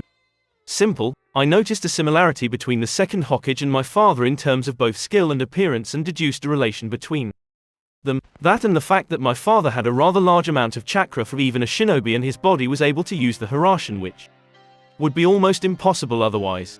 So seeing as I work at the hospital, I did a blood test for all three of us and discovered that he is my father's grandfather, meaning I am directly related to 3 of the 4 Hokages. This led to a silence of shock. Seeing some disbelief, Naruto pulled out a scroll and presented it to the council. It had the seal of the Medic Corp head on it, showing it was indeed a valid and accurate test. Seeing that this meeting is over, I will take my leave. Oh, and this states under wrap until the Chunin exams, and I will be living in my clan house for now on. Grabbing Sakura by the waist, he turned to leave before Kagome screamed out, "Stay away from that boy, Sakura, or suffer the consequences." "Fuck off," Sakura said in response as she cuddled up to Naruto in defiance. "Since you refuse to listen to reason, you are now banished from the Haruno clan and are no longer the clan heir," she said with a sick sneer. Believing that it would hurt her ex-daughter. "Looks like I will be living with you, Ruto," Sakura said, grinning at the events. "No problem, sis. Since you are no longer of that clan, you can be part of mine, which I am combining and naming it Rakudo. Since that is all, I will be off. Yarne." And with that they disappeared on a swirl of purple flames. "Wow, we royally fucked up. Karma's really a bitch, isn't she?" Sume said with a hushed voice. "Yeah, we really screwed up," was the general consensus of the room, with the exception of one duck-ass emo whose eyes were red and filled with fury of being defeated, denied, and unable to copy that advanced Shushin. Life was about to get interesting, it seemed. Chapter 13. 3 months later. Naruto may be a badass, but he loves kids. 3 months later. It had been 3 months since the council room incident, and in that time a lot had happened to both Naruto and Sakura. Hinata also had a lot happen to her. The two lived in the, what used to be, Uzumaki family house that Minato Namikaze and Kushina Uzumaki had been living in of quite some time before their deaths. It was a rather large house once owned by Mito Uzumaki as a home away from home for visiting Uzumakis. It was actually a small district with several houses that could hold a 6-person family, with the bigger main house that could hold 15 people comfortable. It was colored in a light rustic brown. It had 4 floors, including a basement which contained a large library that had many just-you of all types. Mostly ceiling and water, wind-type ninjutsu, most of which required a rather large amount of chakra. There was a large training field in the back with a decent-sized lake and waterfall, lots of trees and open space, even an herb garden. Naruto and Sakura lived in the main house with token-joined rooms that shared a bathroom. The best part of the place was the large fence around the compound that was covered in seals that prevented access to strangers, and prevented the crystal orb of the Hokage from peeking in. In those 3 months, Sakura chakra had massively increased in size, now having the ability to use her seal to make 36 clones. That is 12 times bigger than it used to be. She had about mid-Jonin level chakra. Her outfit was almost the same, with the exception of increasing her top size, as she now had mid-C cup size breasts. Her whole body was toned and beautiful. Currently she had clones training in various fields, which she had increased after discovering she had lighting and earth chakra. After seeing Haku using ice style, she had tries to mix her elements and actually found she was able to use crystal style. By mixing her earth and lighting affinities, she was able to create this. She was very proud of herself and told Naruto, who also tried this. 6 practicing dancing serpent. 4 practicing genjutsu. 4 practicing kenjutsu. She uses to 2 mid-sized katanas sealed on her wrists, like the omoi used in the anime but less length. 3 channeling lighting chakra. 3 channeling earth chakra. 4 practicing various earth just you. 4 practicing various lighting just you.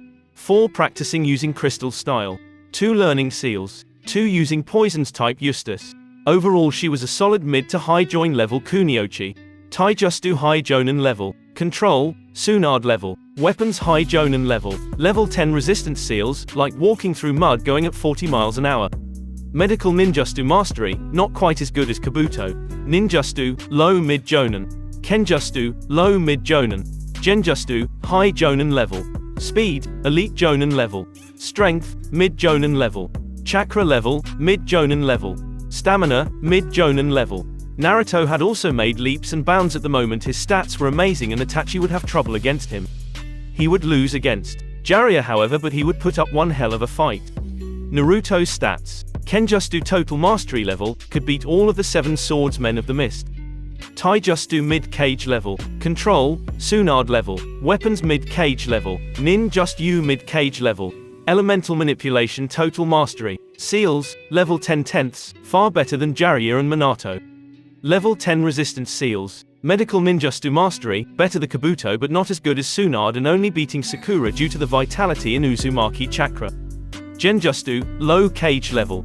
Speed, mid cage level. Strength high, cage level. Chakra level, 3 tails. Both Naruto and Sakura had received their medic mastery license and were well respected and almost revered figures in the medical community of the village. They were considered leaders among them and were obeyed without questions to most in the medic corps. They were well loved by most of the active shinobi of the villages due to how effective they were as well as their incredible performance, and downright loved by Yugao Azuki and her lover Hayate for curing his ailment. This also garnered a lot of respect from the rest of the local shinobi as Hayate was well liked. They had gained a reputation as the new Tsunades, which was all the more accurate as both had mastered her style of chakra-enhanced strength. They were both excited for the Chunin exams that were starting the next day. They had run into a few Sand shinobi that were harassing Konohamaru earlier, and it had only increased their excitement as they got to see there was a Jinchuriki. Flashback. Naruto and Sakura were walking back from the village after receiving their permission slips to participate in the Chunin exams. They soon heard a yelp of pain followed by the sound of Konohamaru Sarutobi apologizing, his voice full of fear. This caused them to rush to the scene as both were fond of the little brat who they trained with his little friends every weekend. They came to the sight of a catsuit wearing puppeteer with makeup, holding up the little boy by his shirt, and a blonde-haired girl with 4 pigtails and a huge ass fan next to him looking irritated and bored. There also was a boy hiding in the tree next to them, but everyone else was unaware except for our 2 heroes as both were massively powerful senses. This pissed off both of them as they hated bullies, especially when small children were involved. The next thing everyone knew, there was an ungodly amount of killer intent coming from the 2. This brought everyone to a pause. It brought great shock to Team Ri and Kankuro as well as to the hidden Gaara that someone Gaara's age could produce more killer intent than Shukaku or Gaara's as he was its Jinchuriki. It showed them their brutal and terrifying deaths. Even Shukaku was stunned as he was seeing his death as well. Naruto and Sakura disappeared with Temari's throat in Sakura's hand and Kankuro's in Naruto's. Everyone was shocked at their raw speed and skill. The 2 sand ninja were turning purple at the force on their throats. Touch them again and we will end you, are we clear? They both growled out at their captives. Everyone nodded, even Shukaku and Gaara nodded in fear at what would happen. This made one thing abundantly clear: stay away from them in the exams and never bully around them, ever. Dropping their captives, they grabbed the kids and shushined off before checking out the kids for injuries and asking what happened. Flashback end. They were on their way to the academy to enter the first exam. Meeting up with Sasuke, who glared at him, they made their up to the 3rd floor. There was a weak genjutsu that Sasuke decided to blurt out, insulting everyone and generally being a douche waffle. Ignoring and dragging their teammate, they mad it just before the doors they need to go to before they were interrupted. Stop there, are you Sasuke Uchiha? Screamed a strange boy in a set of skin-tight green spandex and had huge eyebrows and a bowl cut. He had an aura that set Naruto and Sakura on edge as they had learned to read chakra for all sorts of things and could tell the raw power this boy contained and would later achieve. Yes, who wants to know? He replied in his usual arrogant way. I want to fight the strongest members of your team as I am the strongest Chunin there is. Naruto and Sakura raised their eyebrows as they realized he was baiting the duck ass. And so the battle was joined, well, slaughter anyway. They watched as the idiot Uchiha was pummeled around and found peace in suffering. After about 5 minutes of the beating, Lee was about to the frontal lotus that both knew, they realized they need to intervene or they might need a new teammate, and so they launched themselves and separated the two with a simple flick of their wrists. About the same time as a pinwheel flew at them, pinning one of Lee's bandages.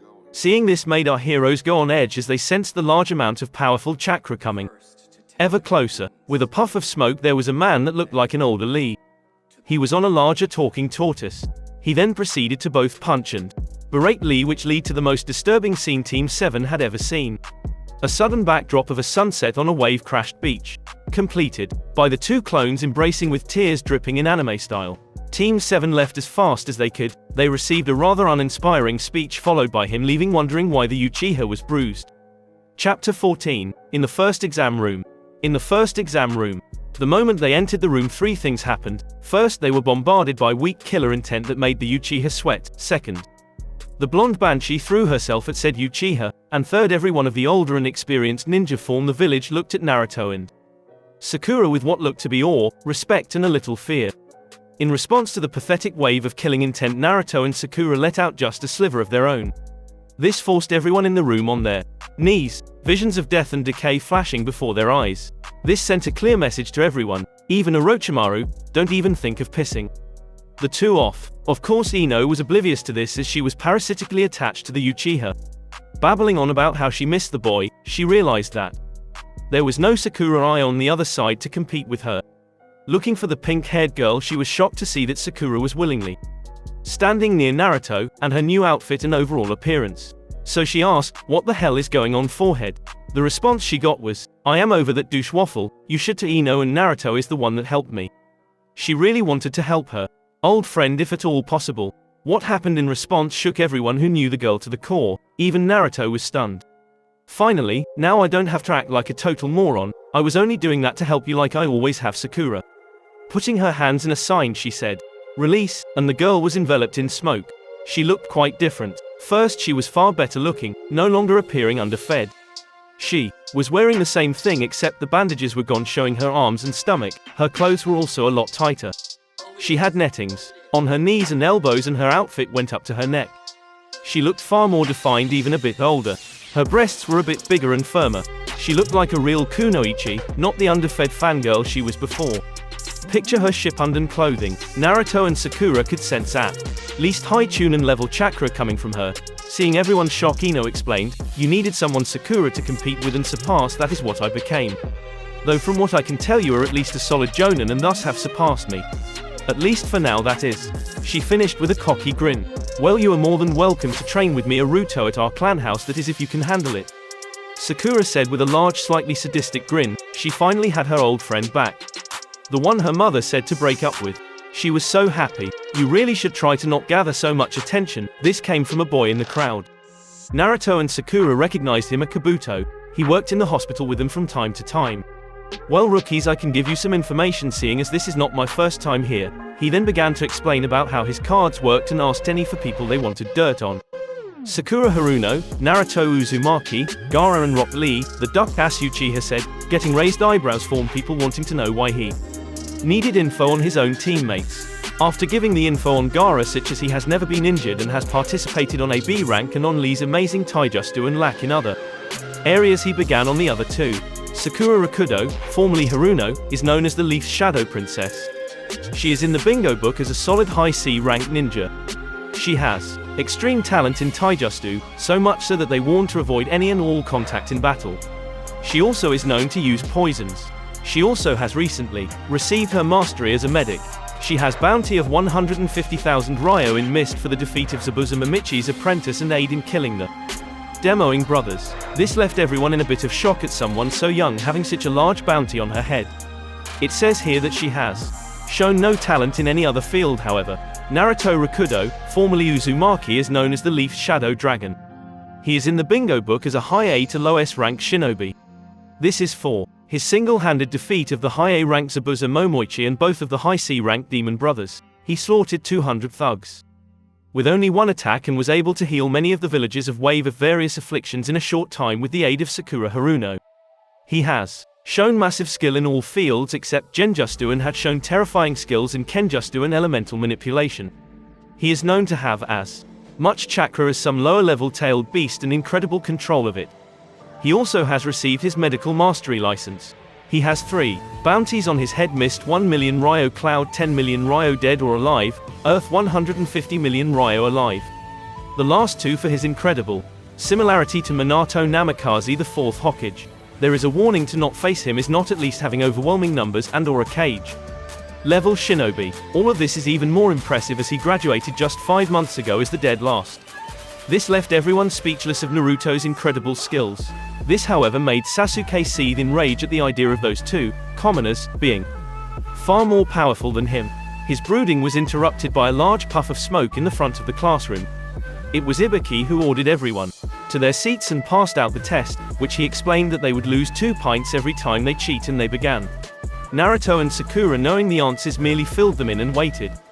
To shake up the competition, they began to subtly release some killer intent around the room. After 50 minutes, Ibiki began to harass the classroom, and after many people left, he congratulated the remaining 4 passing. What he did not know, however, was that Sakura and Naruto wanted more people to fight, and so they, along with Hinata, released a paralyzing amount of killer intent to stop others from backing out. After a moment of silence, the windows crashed open, revealing a woman with interesting clothing, consisting of a short skirt and top that barely hid her nipples and a trench coat over top. She was in front of a banner calling her the sexy and single proctor of the 2nd exam, Anko Mistarashi. So after embarrassing herself a bit, she hooped out the window with instructions to meet her at Training Ground 44 tomorrow at 8 o'clock. Chapter 15, at the Forest of Death. At the Forest of Death. They were all at the Forest of Death, ready and prepared for the challenges ahead. A sadistic smirk on Naruto, Sakura, Ino, Hinata and Anko's faces. Anko gave them a quick explanation of what resided in the forest and had them sign waivers signing of responsibility if death happens to any of the participants. After getting their scroll, hiding it on a seal on Naruto's body, and giving Sasuke a fake scroll, they went off. After about 10 minutes in the forest, Naruto and Sakura began to sense that they were being followed. They pretended to not know of the coming ambush until all of a sudden they both disappeared. They both appeared behind a rain genin and captured all of them. The then began to interrogate them. Who has the scroll? Naruto asked the bound genin, flaring a little killing intent to shake up their victim, who then caved and began to tell them everything from where their scroll hid to the color of their underwear. After taking the scroll, Naruto beheaded the toe and the team went off with the Uchiha seething once again at the fact that Naruto and Sakura had upstaged him. After about 10 minutes, Naruto and Sakura froze. They felt a massive amount of chakra heading their way, wind chakra to be precise. So they sent chakra to their feet and held on as they were bombarded with the intense winds. Sasuke was blown away, and saw a strange artificial-looking woman appeared in front of them. A large purple tongue coming out of her mouth to lick her lips. She then let out a massive level of killing intent she hoped would paralyze them. What she did not expect was for them to counter her killing intent and release more than 30 times more than she could manage. What interesting prey you are. So your killing intent is high. What about your other skills? With that, she leaped at Naruto with what should have been blinding speed. She did not expect that he would simply dodge to the side and swing his fist at the girl, raising her fist to stop him. Assuming it would be easy, she was launched hundreds of yards away, smoke rising from her body and her false face coming off. What did you just do to me? The strange creature said shakily, trying to stand with blood coming out from its lips and smoke from her body. She also just lost a lot of chakra form attempting to deal with the blow. He hit him pretty hard, it would seem. I merely hit you with Tsunad's super strength that I infused with fire chakra. In short, it is burning your body from the inside out. Painful, right? Naruto said this with a smirk on his face, fully enjoying the pained and angry look on Orochimaru's face. However, he also noticed a small portion of respect coming from the Sanin as he was impressed by the boy's abilities. Hearing a scream from behind, Naruto saw Sasuke being bit, former clone of Orochimaru, whom the real one grinned at before disappearing to heal his injuries. Gathering their irritating comrade, Naruto and Sakura disappeared in a flash of pure speed. At the tower, dropping Sasuke on the ground, they opened their scrolls, which they threw on the ground. Iruka popped out, but before he began his speech, Naruto interrupted him. Sorry Iruka, but we really need to seal of this curse mark as soon as possible. I have made a deal that will completely seal it after hearing about Anko's. So if you could prepare a room, that would be great. And so with great reluctance and surprise, Iruka took Naruto to a room for sealing and gave him the supplies needed with a request that he wait for the Hokage and Kakashi. After about 10 minutes, the Hokage came in and began to ask what happened. Simple Orochimaru blasted us with a large wind justu that separated us from Sasuke. We had a very short battle that included me hitting with a fire-enhanced Tsunade punch, causing him great harm. It turns out that he had sent a clone to give Sasuke the cursed seal. I am going to seal it with a seal that harnesses the chakra that made up my mother's chakra chains. His explanation left the whole room stunned as he began to seal of the curse mark. This seal worked by infusing the ink with the chakra that was used in the chakra chain wielded by Naruto's mother Kushina that was passed on to him as well. It was capable of restraining the 9 tails. A petty seal like this was easily restrained. And so he finished the seal. It looked at a circle made of kanji that had 4 sets of crisscrossing chains. What most did not know was that Naruto added a tracking seal and a death switch for leverage. As he finished, the Uchiha was taken to the infirmary to check his condition. Sakura and Naruto went to their rooms to discuss strategy and the like. Chapter 16, In the Tower Part 1. To make my exams work, Kabuto has not forfeited. Also, the fights that are canon will be canon, the ones that are not will be explained. Oh, and Ino is very fast, and is a poison user and self-taught. In the Tower Part 1. All of the remaining contestants were on the floor listening to the Hokage and a healthy-looking Hayate explaining the purpose of the Chunin exams, and that would have a preliminary. And so after they finished the names, Yorwa Okado and Sasuke Uchiha popped up on the screen as the other members of the exams went to the observation floors. Yorwa Okado and Sasuke Uchiha, canon, except that it was Naruto seals that prevented the curse make form reacting, not Sasuke's will. Shino vs Zaku, canon. Kin Shikamaru, canon. Temari, 10-10, canon. Sakura vs Kankuro. Both contestants went to the floor. Kankuro'd face covered in fear-induced fear. He knew this girl had no qualms with killing him. Hell, she would probably enjoy it. It did not help that she had an expression that was terrifying even to Orochimaru. Once given the go, Kankuro leaped at Sakura only to phase through her as she burst into pink Sakura petals that began to circle around his bound puppet. This surprised everyone as they had not realized that they were in a genjutsu. Or so they thought. The petals began to spiral faster and faster around the puppet, tearing into it, causing it to scream and unwrap, reveling a cut-up Kankuro, eyes widened in fear. The next thing everyone saw was the first Kankuro explode into shards of crystal and Sakura appear behind the real Kankuro with a poison-covered kunai. An evil grin on her face, she said, "Please don't forfeit, I want to play with you for a bit." This made almost everyone shiver in fear. So he wisely quit and walked up to his team, pale as possible. Sakura went up to her side, pouting that her fun was cut short. Up on the balcony, "When did you teach her such advanced genjutsu?" Kurenai asked Kakashi, as even she was not aware that she was under an illusion. Kakashi teach, that would require effort on his part, which is bordering on a sin in his perverted mind. "No, I taught Sakura everything she now knows," Naruto said with a snort. This made everyone look at Naruto in question. Seeing this, he explained his statement. "Kakashi has attempted to teach us nothing other than tree climbing, which I had already taught Sakura, and has been teaching the Uchiha ever since he obtained the Sharingan. He has left the rest of us high and dry. Although I am already massively stronger than him, and Sakura could beat him if he did not use the Sharingan, and even then it would be a close fight." This created a wave of shock and disappointment. Disappointment at Kakashi's failure and shock at the student growth. With almost no aid, Ino vs Kiba. Ino merely disappeared in a burst of speed and stabbed her opponent in the arm with a poison senbon. She then kicked Akamaru into the wall. She watched as Kiba swelled purple and fainted before administering the antidote. Everyone was shocked at her speed and skill. "Ino, who taught you that?" Kurenai asked. "Like Sakura, my sensei is a lazy douche, so I taught myself." This left everyone stunned at her commit. "Though I can't imagine that you are any better if Kiba was that easy to beat. I mean, Hinata's development was all Naruto and Sakura's doing, not yours, so it seems that only Guy is worthy of the title sensei." This left the teachers irritated at her jab, except for Guy, who actually was in agreement with her at the poor performances he saw. He may be a goof, but he was deadly serious as a teacher and was seriously about to beat the other into a fine pulp and had the skills to do it. The truth was, he was actually a cage-level shinobi and only a handful knew it. He hated laziness and actually admired Naruto for his teaching ability. "Come on, Ino, we are not that bad," Asuma said in an attempt to hold his wounded pride. "No, you are worse. You have done nothing to improve your students. You three are very incompetent and should be ashamed of yourself." This was surprisingly Guy. If he insulted someone, then it was probably true. Lee vs Gaara, canon until after he crushed his arm and leg.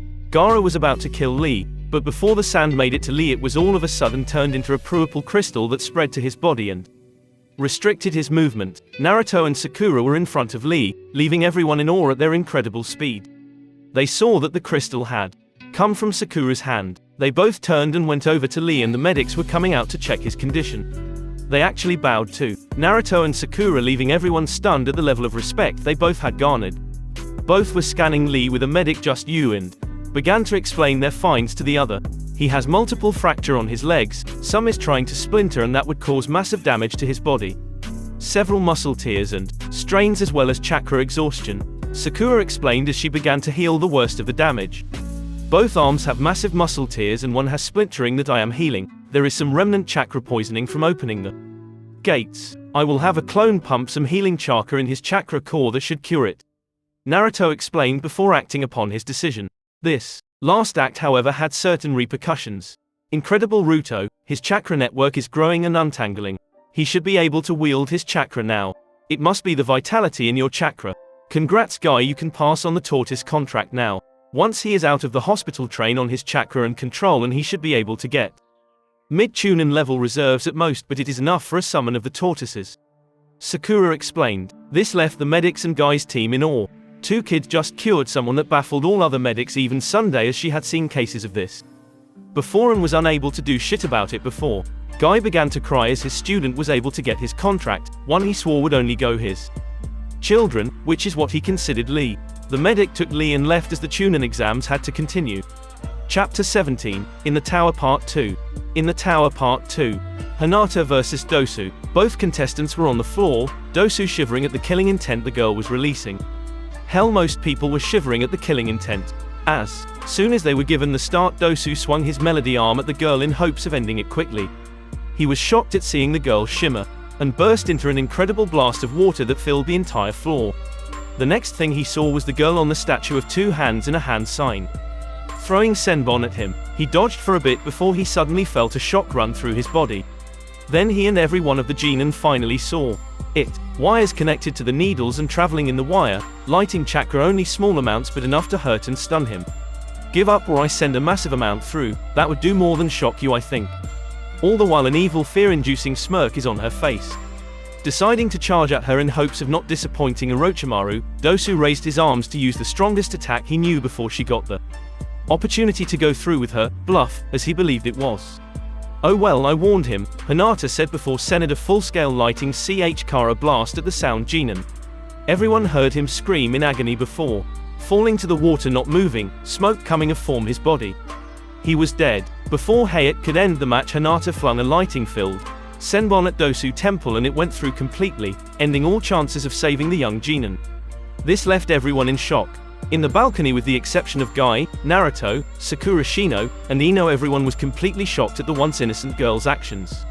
Kiba and Kurenai were furious at Naruto for corrupting the girl and decided to express that. Kurenai grabbed Naruto's shoulder and slammed him into the wall, or at least tried to, as when she tried he grabbed her wrist, twisted it to the breaking point and slammed her face first into the wall. What are you trying, Kurenai? Naruto said in a cold yet curious voice. Kiba, trying to protect her, was slammed onto the floor with Sakura's foot on his head, applying painful pressure. What did you do to her? She used to be such a kind girl, she began to hang out with you and she became a ninja, she grew up and got over her lack of self-confidence. We kill and innocence has no place in our world, Naruto replied with a cold voice that made even the battle-hardened Hiruzen shiver. Anko nodded at this as she was in total agreement, as was the disguise Orochimaru. That was one lesson they both could agree on. Kurenai, however, was not so compliant. She began to struggle as Naruto began to dress her down. You were and are incapable of helping her. She was almost a lost cause before we helped her, and honestly she need help long before we go to her.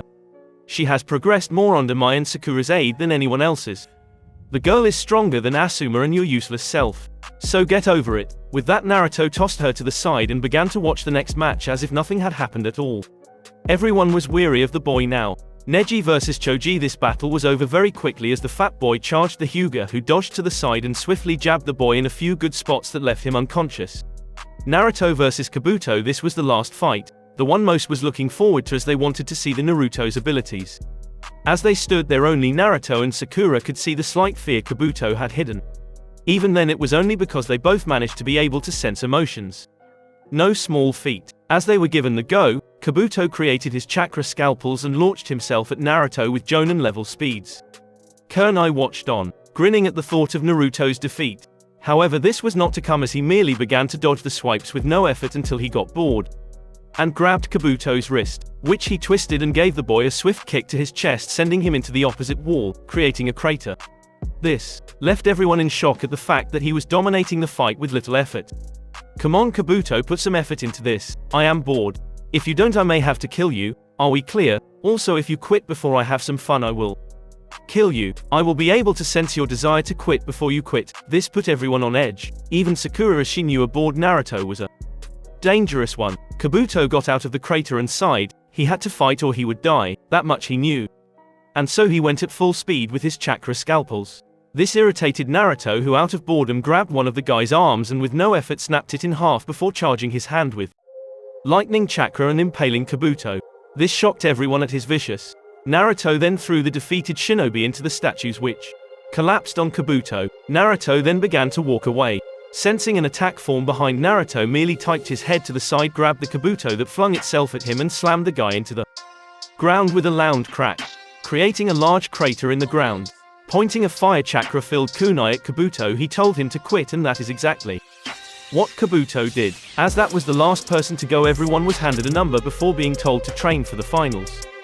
Hinata vs Neji, Sakura vs Sasuke, Ino vs Shino, Naruto vs Gaara, Temari vs Shikamaru. With that, everyone left to go start their training. Chapter 18, Near the Hot Springs, the month break. Rakudo means 6 paths. Oh, and you don't need a bloodline to have the sub-elements, except for wood and blaze released. All others do not need one. The bloodline simply gives you a predisposition to those elements. Naruto's sword looks like Soenga form Inuyasha. Near the hot springs, Naruto, Sakura and Hinata were walking past the hot springs on their way to the Rakudo clan house. On their way, they heard a distinctive manly giggle. All three, knowing of whom it was, looked and saw a white-haired man looking in a peephole. Clearly he was being a pervert, not that any of them minded. They were ninjas, so it was a rather moot point to them. They would probably not live past 25 anyway, so they really could not afford to be prudish. However, none of them liked the old man that they identified as Jiraiya the Toad Sanin, aka Naruto's godfather. As he abandoned Naruto, none of them had any love for the old man. That meant they would not pass up an opportunity to cause him some misery. So, Naruto dropped his seals, mustered up his chakra, and in a burst of speed flew to his godfather and placed 4 seals on his body. The first paralyzed the old man, the second sealed the guy's chakra, and the third magnified his pain tenfold. The last was one of Naruto's more favorite creations. It used the sealed chakra to heal the injury so that Jiraiya could be beaten constantly, always heal from it, make the beating last a lot longer. He then turned the now paralyzed man to face him, and said, "Hello Godfather, it seems you are peeking, something most women don't approve of, just like I don't approve of people abandoning family. So I think I will give you to them as punishment, but first some of my own."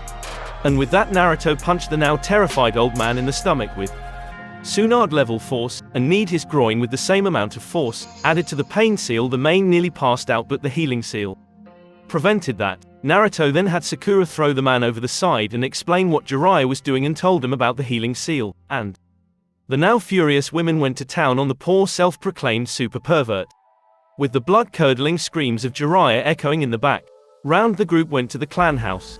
At the Rakudo clan house, as they were at the gate, they all sensed the chakra of one Anko Matarashi. So they merely turned and disappeared and were suddenly behind her. "What do you want, Anko?" They all sardi at the same time with a surprisingly large amount of respect and warmth. They liked her attitude, and she had protected Naruto from the shadows when he was a small child. "Well, I heard what you did to Orochimaru and actually was able to beat him up pretty badly due to it. Then I saw what you did to the idiot Jiraiya. Added to your group's improvement in such a short time, I was wondering if you could help me, as no one would train me after Orochimaru abandoned me in the village. I am actually as strong as Kakashi right now, but most of it is my own work," she said with some slight fear. Daito, being afraid of rejection, she had nothing to fear as she saw them all grin widely, and they grabbed her and shushed in a large blast of water into the compound. 3 days later, it had been 3 days since Anko had joined them in training, and she loved it. She was being challenged and pushed to her limits. She joined them every day from noon to 9 at night. She was improving in every field, learning some genjutsu and mastering her elements, which were fire and earth, and was learning to merge them to get lava release. She was actually terrifyingly skilled in it. She was also learning how to use Sunday's strength. Naruto had removed her curse mark as she was much stronger-willed than the Uchiha, so it had no spiritual grip on her at all. This helped her chakra control massively, and her body was far stronger with the seal gone, as it was like a poison causing decay, which Naruto and Sakura developed a method to overcome. She would be easily as strong as any Kage by the end of the month. Sakura and Hinata were also training hard, but secretly formed the other as to make it a surprise. Hinata had also gotten her medical mastery in the last 3 days. Naruto, on the other hand, was forging a sword that would be unparalleled in its powers. He was using some pieces from Zabuza's sword, as it could fix itself using the iron from the enemy's blood. He was altering that property for a very special purpose. The sword was finished on the 3rd day. It was amazing in the silverfish gray.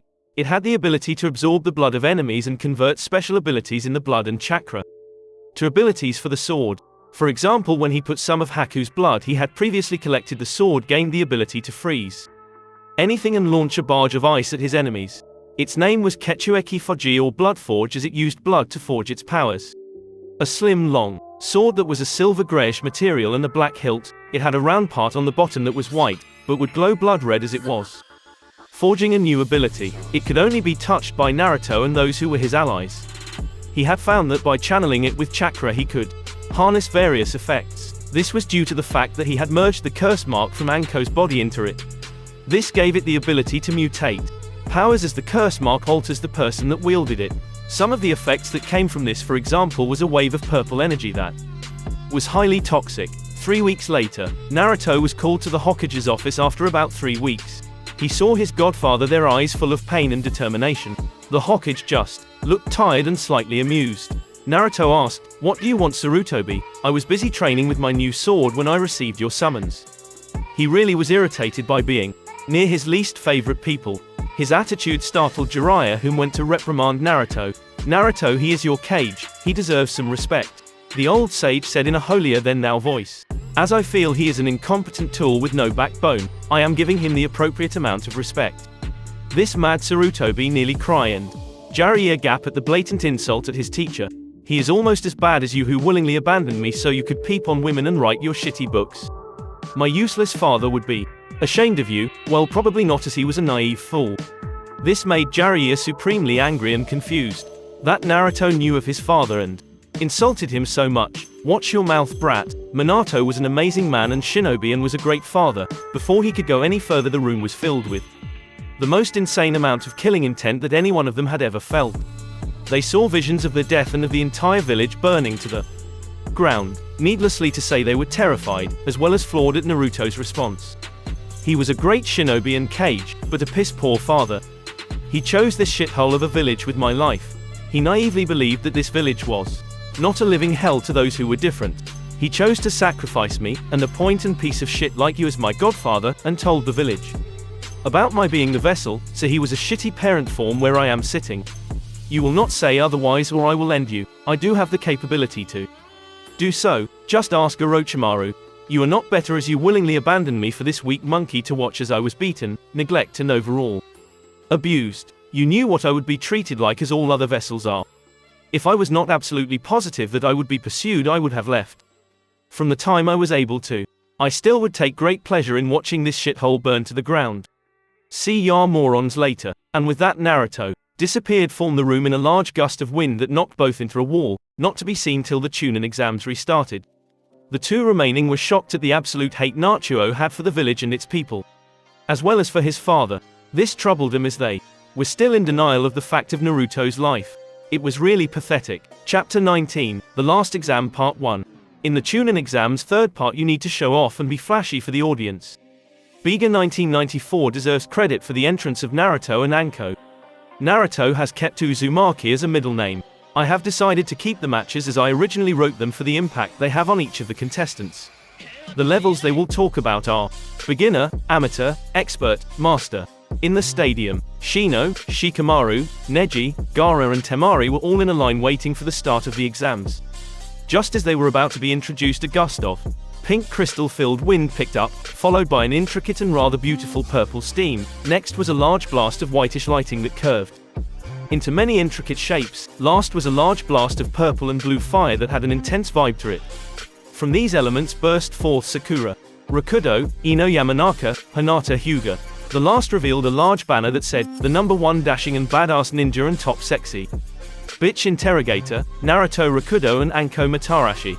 This led to a silent stadium as everyone was shocked by the entrances, and confused. Why no one was in front of the banner? This was answered when a silver and purple flash appeared in front of the banner revealing Naruto Rakudo and Anko Matarashi. Jiraiya and Sarutobi eyes nearly bulged out of their head as they recognized the Flying Thunder God technique. How the hell did the two learn that? Just you. This thought was shared by the older shinobi of the village. They then had a collective, "oh shit," moment as they realized that Naruto looked exactly like the fourth Hokage. They were so fucked. As if sensing this train of thought, Naruto grinned evilly at the crowd. Hayate, shaking his head at the theatrics that Anko no doubt had a part in, decided to introduce the participants. Here today we have a special group of contestants. We have Gaara of the Desert, Temari Sabaku, and Kankuro Sabaku, the three children of the fourth Kazekage, Shino Aburame, heir to the Aburame clan, Shikamaru Nara, heir to the Nara clan. The heir to the Hyuga clan, Hinata Hyuga, and Hyuga branch member, Neji Hyuga. The Leaf Shadow Princess and member of the Rakudo clan, Sakura Rakudo. And last but not least, the son of the Minato Namikaze and Kushina Uzumaki, our fourth Hokage and Red Death, grandson of our second Hokage, Tobamara Senju, and clan head and creator of the Rakudo clan, the Leaf Shadow Dragon, Naruto Uzumaki Rakudo. This left the entire stadium shocked into silence. This was followed by murmurs of fear, sadness, and anger. Mostly anger at their disbelief. The demon child could not be the son of their most treasured hero. This led to Anko and Sakura releasing massive amounts of killing intent with a look that said, "just test me." And with that, all of the contestants left except Neji and Hinata Hyuga. Hinata versus Neji. The two cousins stood in front of each other, one with eyes filled of contempt, the other of annoyance of the other's "fate fucks me without lube. Look at life." As soon as they were given the signal to go, Neji started to give his whole fate speech. "You are a failure, Hinata. Fate declares that." "Oof," Neji said as he was suddenly slugged in the stomach by his younger cousin. "Sorry, but I had a slight allergic reaction to stupidity. Symptoms include sarcasm, eye rolling, and sudden random amounts of violence to the source of stupidity in the area," Hinata said with a rather bored face. Most people were shocked at her personality change and some giggled at her response. Mostly Hiyashi was trying to stifle unmanly giggle. This made Neji scowl. He got up and charged to his cousin, who did something unexpected. She began to dance, of all things. Dance around him, poking his body in a seemingly random places. After a bit of humiliating him, she decided to end it quickly.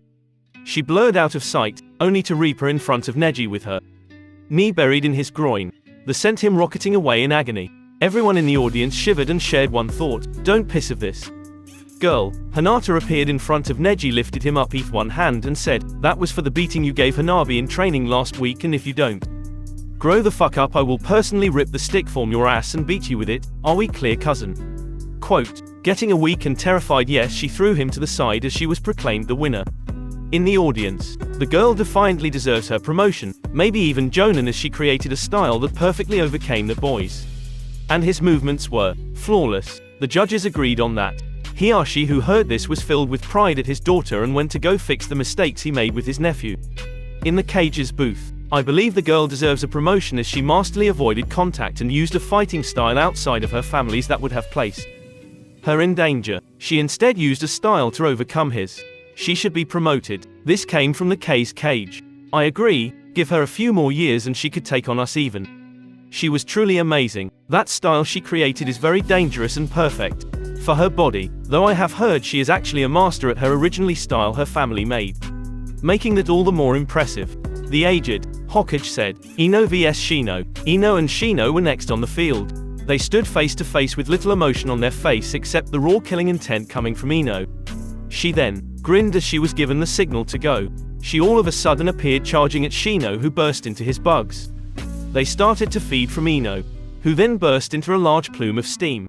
What startled the audience and even shook up Shino was that his bugs began to meet and disintegrate into nothingness. Amazing, isn't it? It is called boil release. Skilled mist clones technique based off the technique used by the Terumi clan called boil release.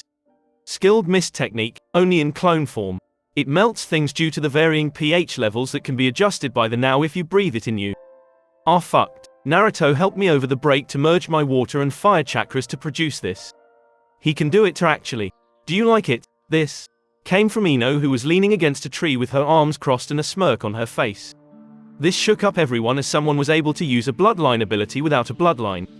They also were a bit afraid of the girl as she was rather deadly. How about this? I won't use that again so you can showcase your skills as well.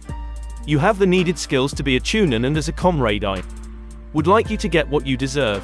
This gathered a lot of respect from the shinobi at her consideration for her comrade. The two began to have a taijutsu battle that Ino was clearly dominating. That is not to say Shino was not skilled, as he was actually very skilled, she was just better. Then, she noticed that she had bugs on her body. The girl smirked and exploded into a plume of light purple smoke that, as it dissipated, showed Shino unconscious. Ino was declared the winner, taking Shino's body up to Naruto to heal with the judges. The girl was incredible, she had great skill in taijutsu, a normal weakness of her clan, and her ninjutsu was epic. The boy was also very skilled. His taijutsu was perfect for him as it gave him a change to place his bugs. But the girl's abilities with poisons won over him. They both deserve a promotion. With the cage, both were very skilled and both deserve a promotion. They had a solid plan, and the skills to back him up. The girl even could be Jonin if she wanted to be. The boy needs to expand a little, but still it was a very impressive match. Hiruzen said, and the Kazekage actually agreed with the man. Up next, Naruto vs Gaara, Sakura vs Sasuke, Temari vs Shikamaru, Chapter 20, The Last Exam Part 2. To make my exams work, Kabuto has not forfeited. Also, the fights that are canon will be canon, the ones that are not will be explained. Oh, and Ino is very fast, and is a poison user and self-taught. In the tower part 1, all of the remaining contestants were on the floor listening to the Hokage and a healthy-looking Hayate explaining the purpose of the Chunin exams, and that would have a preliminary. And so after they finished the names, Orochimaru Okado and Sasuke Uchiha popped up on the screen as the other members of the exams went to the observation floors. Orochimaru Okado and Sasuke Uchiha, canon, except that it was Naruto seals that prevented the curse make form reacting, not Sasuke's will. Shino vs Zaku, canon. Kin Shikamaru, canon. Temari, 10-10, canon. Sakura vs Kankuro. Both contestants went to the floor. Kankuro'd face covered in fear-induced fear. He knew this girl had no qualms with killing him. Hell, she would probably enjoy it. It did not help that she had an expression that was terrifying even to Orochimaru. Once given the go, Kankuro leaped at Sakura only to phase through her as she burst into pink Sakura petals that began to circle around his bound puppet. This surprised everyone as they had not realized that they were in a genjutsu. Or so they thought. The petals began to spiral faster and faster around the puppet, tearing into it, causing it to scream and unwrap, reveling a cut-up Kankuro, eyes widened in fear. The next thing everyone saw was the first Kankuro explode into shards of crystal and Sakura appear behind the real Kankuro with a poison-covered kunai. An evil grin on her face, she said, "Please don't forfeit, I want to play with you for a bit." This made almost everyone shiver in fear. So he wisely quit and walked up to his team, pale as possible. Sakura went up to her side, pouting that her fun was cut short. Up on the balcony, "When did you teach her such advanced genjutsu?" Kurenai asked Kakashi, as even she was not aware that she was under an illusion. Kakashi teach, that would require effort on his part, which is bordering on a sin in his perverted mind. "No, I taught Sakura everything she now knows," Naruto said with a snort. This made everyone look at Naruto in question. Seeing this, he explained his statement. "Kakashi has attempted to teach us nothing other than tree climbing, which I had already taught Sakura, and has been teaching the Uchiha ever since he obtained the Sharingan. He has left the rest of us high and dry. Although I am already massively stronger than him, and Sakura could beat him if he did not use the Sharingan, and even then it would be a close fight." This created a wave of shock and disappointment. Disappointment at Kakashi's failure and shock at the student growth with almost no aid. Ino vs Kiba. Ino merely disappeared in a burst of speed and stabbed her opponent in the arm with a poison senbon. She then kicked Akamaru into the wall. She watched as Kiba swelled purple and fainted before administering the antidote. Everyone was shocked at her speed and skill. "Ino, who taught you that?" Kurenai asked. "Like Sakura, my sensei is a lazy douche, so I taught myself." This left everyone stunned at her commit. "Though I can't imagine that you were any better if Kiba was that easy to beat. I mean, Hinata's development was all Naruto and Sakura's doing, not yours. So it seems that only Guy is worthy of the title sensei." This left the teachers irritated at her jab, except for Guy, who actually was in agreement with her at the poor performances he saw. He may be a goof, but he was deadly serious as a teacher and was seriously about to beat the other into a fine pulp and had the skills to do it. The truth was, he was actually a cage-level shinobi and only a handful knew it. He hated laziness and actually admired Naruto for his teaching ability. Come on Ino, we are not that bad, Asuma said in an attempt to hold his wounded pride. No, you are worse, you have done nothing to improve your students, you three are very incompetent and should be ashamed of yourself. This was surprisingly Guy. If he insulted someone then it was probably true. Lee versus Gaara, canon until after he crushed his arm and leg.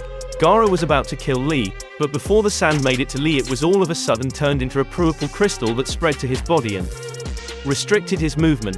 Naruto and Sakura were in front of Lee, leaving everyone in awe at their incredible speed. They saw that the crystal had come from Sakura's hand. They both turned and went over to Lee and the medics were coming out to check his condition. They actually bowed too. Naruto and Sakura leaving everyone stunned at the level of respect they both had garnered. Both were scanning Lee with a medic just you and began to explain their finds to the other. He has multiple fracture on his legs, some is trying to splinter and that would cause massive damage to his body. Several muscle tears and strains as well as chakra exhaustion. Sakura explained as she began to heal the worst of the damage. Both arms have massive muscle tears and one has splintering that I am healing. There is some remnant chakra poisoning from opening the gates. I will have a clone pump some healing chakra in his chakra core that should cure it. Naruto explained before acting upon his decision. This last act however had certain repercussions. Incredible Ruto, his chakra network is growing and untangling. He should be able to wield his chakra now. It must be the vitality in your chakra. Congrats Guy, you can pass on the tortoise contract now. Once he is out of the hospital, train on his chakra and control and he should be able to get mid-Chunin level reserves at most, but it is enough for a summon of the tortoises.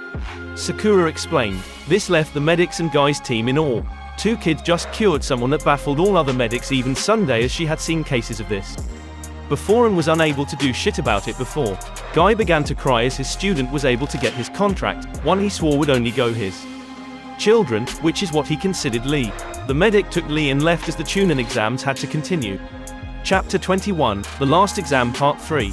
People have left some nasty comments about the shadow clone Eustace being cheap. Well, this is a dog-eat-dog world, it is okay to cheat. It is also more realistic as Naruto needs to get strong and can abuse the Justu. Add that to the fact that he lived a life not dissimilar to a pal, then he would have all the more reason to bash people. The Last Exam Part 3. It was Naruto and Gaara on the field. They were facing each other, one's face full of insanity mumbling about feeding the other's blood to his mother. Naruto was just bored. With the signal to go, Gaara sent his sand at Naruto, who stood there until the last second and did something that shook up anyone who knew anything about elemental manipulation and the Hokages. He raised his hands and clapped him together and was surrounded in a huge blast of water that formed out of thin air. It covered all of Gaara's sand and went to about halfway above the walls. With the Jonin, he just created a massive amount of water without a visible and present source. Only the second Hokage could do that. The raw skill required is massive. This came from Asuma, who was in shock at the elemental manipulation the boy just wielded. After all, it was a legendary ability of his father predecessor. I am not surprised. Naruto is the great-grandson of the second Hokage, and he showed me the blood test actually. If you think of it, is not surprising, as the Hiraishin was developed by the second Hokage, and the fact that only someone who possessed an incredible body could handle the Eustace massive strain. The Senju and Uzumaki are the only ones who possess the raw amount of chakra and physical abilities to do this. Well, them and the third Razakage and maybe his son, though they're a rather strange exception. Guy said in response, which made everyone look at him in shock. Then how did Anko do it as well? Kernai asked. Well, I believe Naruto did it and she was along for the ride. You only need to meet the aforementioned requirements to use it, not go along for the ride. Guy speculated. With the cages, both of the cages were gobsmacked at the use of such a legendary ability. To manifest such a massive amount of water form the atmosphere, something that has not is seen since or before Tobimura Senju. That was like Tobimura Sensei, both created massive amounts of water with little chakra drain and formed the atmosphere alone. Incredible. This was Hiruzen, as he was almost in tears at the thought of someone being so similar to his old teacher and good friend. Amazing indeed. This came from the Kazekage, who was worried about the invasion. This was not good at all. The boy had such skill, and having him there could really screw things up, so he was almost about to cancel the invasion. Then he thought about at least killing his former teacher. Yes, that he could do. Even if the invasion failed, he could still get away. So things would go as planned. Back with Naruto. Naruto was balancing out on the water, smirking slightly at the shocked look at his skill. So he took out his sword and swung it. A huge blast of white energy came from it, freezing the water and all of Gaara's sand. to the point where it crystallized around his joints, restricting his movements. Naruto was there in a flash, but before he could do anything, Gaara exploded in a massive puff of smoke, and in his place was the 100-foot-tall raccoon dog Shikaku. Seeing the crowd panic, Naruto went through a few hand signs and smacked his hands on the ground. An array of symbols and calligraphy came from his hand and expanded around the arena, and even above Shikaku, it glowed red and purple, making a barrier that none could break. Shikaku did not like this, and so voiced his displeasure, loudly. "What the fuck is this? I can't break this awful barrier." The raccoon dog still tried to punch it away and even unleashed a tailed beast ball at the barrier wall. With the Jonin, normally I would be worried about the one tails, but from what I can tell he won't get past this barrier, Asuma said, smirking a little at the general panic of the civilians. "You will not have to be worried, that barrier has two functions. The first to stop anything from getting in or out. The second is a nullifier. If Naruto fails, the barrier will seal up the Shikaku nice and tight, nullifying his ability to influence the kid, Gaara." This made everyone who heard it drop their jaws to sea level. That was incredible skill in seals. Even more skilled than Minato Namikaze, something that Kakashi did not like. His teacher was supposed to be the best. "With the cages, you better hope that he can deal with Gaara or it is your ass," Hiruzen said, for once using his spine. Of course the fake Kazekage was sweating, but not due to the fact that Gaara transformed early, but that the seals would nullify the boy regardless. And with that lovely thought started the invasion. He attacked his old teacher and proceeds to get him stuck in a double-sided 4-flame barrier. Back with the Jonin, seeing a genjutsu activated on the people, the skilled were able to cancel it and they began to fight the invaders. Needless to say that with Guy, Lee, who had been watching for a while, Ino, Hinata, Sakura, Anko, Kurenai, Kakashi and Asuma fighting the opposition was more than a little screwed.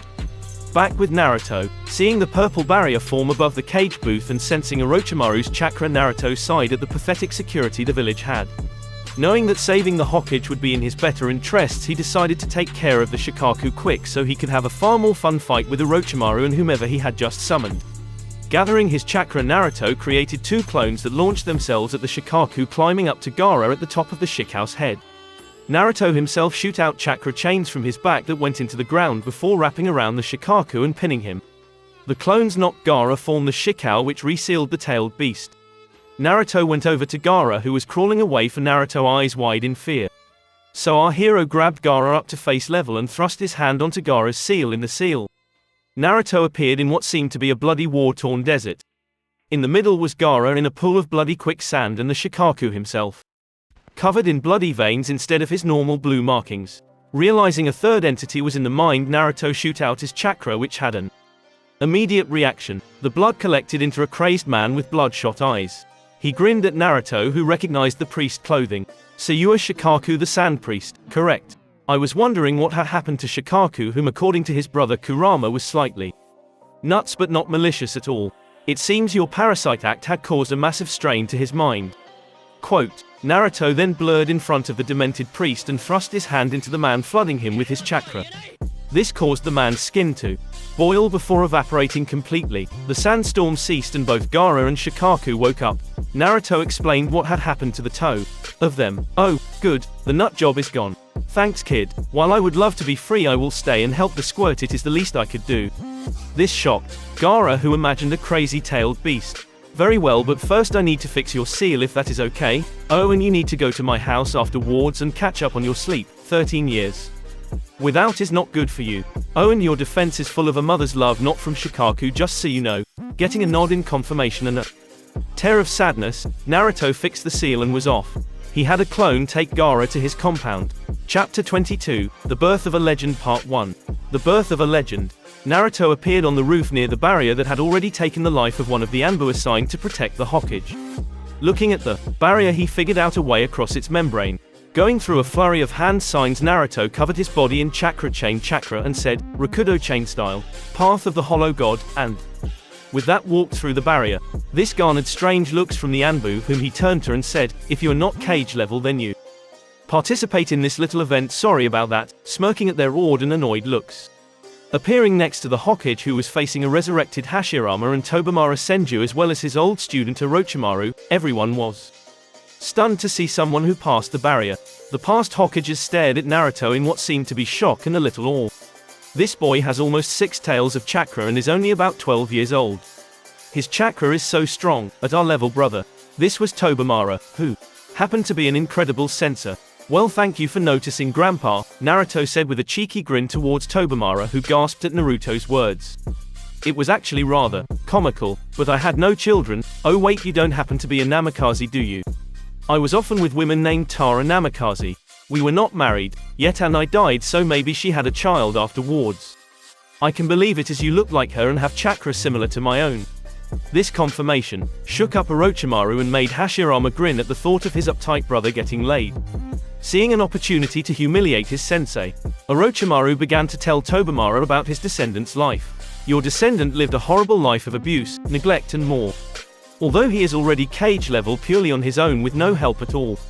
Hiruzen gave him no help and did nothing to protect him. This garnered Hiruzen a massive glare from both of his former teachers. Is this true, Hiruzen? They both said, manically flaring their massive chakras. Hiruzen paled, thinking, oh fuck, as he nodded. Orochimaru implanted his seals and the battle was joined. Naruto versus his great-grandfather. Naruto and Tobamara attacked each other in a flurry of incredible fast, devastating punches and kicks. To the outside world they were not even blurs. They would merely disappear and reappear in different spots. The only indication of a fight between them is the damage to their bodies and the roof. You truly a skilled young man, you taught yourself correct. Tobamara asked his descendant, after ducking a kick to the face. That is. Yes, that is right, I rely on myself my whole life. Well, I and Kurama, or the Kyuubi as you would know him. He is sealed in me. Your shadow clone, Justu, was very useful to make up for the shitty job this village did. So thank you for that. Naruto replied after giving his great-grandfather a swift kick to the chest which sent the man sprawling across the floor. Well, you're welcome, child. I am sorry your life turned out. I am glad I did something to improve your, even if indirectly to improve it at all. I am shocked and ashamed at the state of the village. And I am glad you have a friend in the Kyuubi, as I tried to tell my stubborn sister-in-law to try. But that is the past. I want to let go of the kiddie gloves and go full force to see how strong you are. Then Tobamara unleashed a massive amount of chakra, grinning at the thought of a really good battle. Seeing where he wanted to go, Naruto unleashed all of his weighted seals and also got ready with one last comment. Just so you know, your grandson, my father was the 4th Hokage and died to seal Kurama in me. Also, the state of the village is due to the corruption of the village council and the incompetence of your successor. They began to fight for real with Sakura, due to facing a 5 cage level shinobi in Sakura, Guy, Anko, Hinata and Jiraiya. The sand and sound lost very quickly. And so these group and Kakashi went up to the barrier where they began to watch Naruto fight on even terms with the 2nd Hokage, a double S rank shinobi as strong as his legendary brother. It seems that Orochimaru has not actually mastered this technique. If he had, they would be a lot stronger still. They are both at high S rank level at the moment. This was Jiraiya who recognized the flaws in Orochimaru's attempt at the just you. That is good. As strong as Naruto is, he could not handle them in full form. Sakura explained to the confused Anbu. Back with Naruto, Tobamara unleashed a huge amount faux rushine water at Naruto, who merely swiped it away with a backhand, showing that he had superior control over the element. Our blonde appeared in front of his grandfather, sword in hand, impaling the man, who merely smiled at his descendants. Immense skills. Naruto said, goodbye, Rakudo sword art, subjugation of the battle-weary soul, and the previous Hokage crumbled into dust. His soul sucked into Naruto's sword. Naruto's sword glowed blue and white, adding a kanji for water dragon on the blade as part of his soul was absorbed by the blade, before releasing the rest of his godfather's souls back to the pure world. Naruto turned to go help the 3rd Hokage. Chapter 23, The Birth of a Legend Part 2. Madara himself has said that Tobamara was as strong as himself. Also, Guy is indeed a cage-level shinobi that was verified by the past Hokages, and honestly he was able to beat a very strong high S-rank shinobi with ease, Kisame. So yes, he is very strong. Hinata and Sakura in my story are low S rank right now. They could beat Sasori but would have some trouble, and Defiantly Hidden, who is on the lower spectrum of cage level.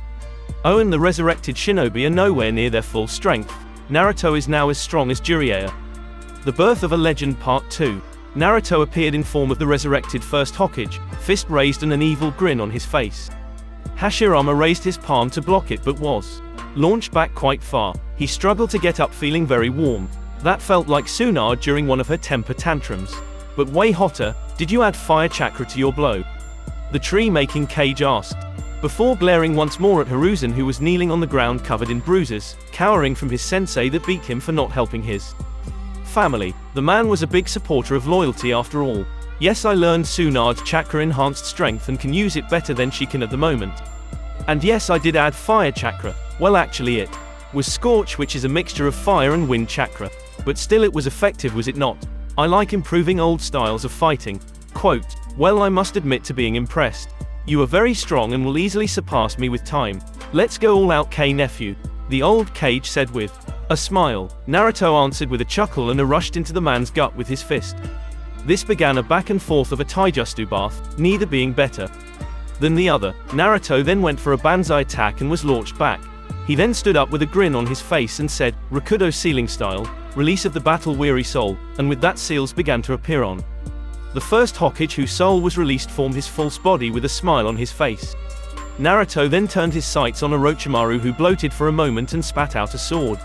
Naruto took out his sword and released a large wave of purple energy which completely destroyed all of the trees created by the first Hokage earlier assault.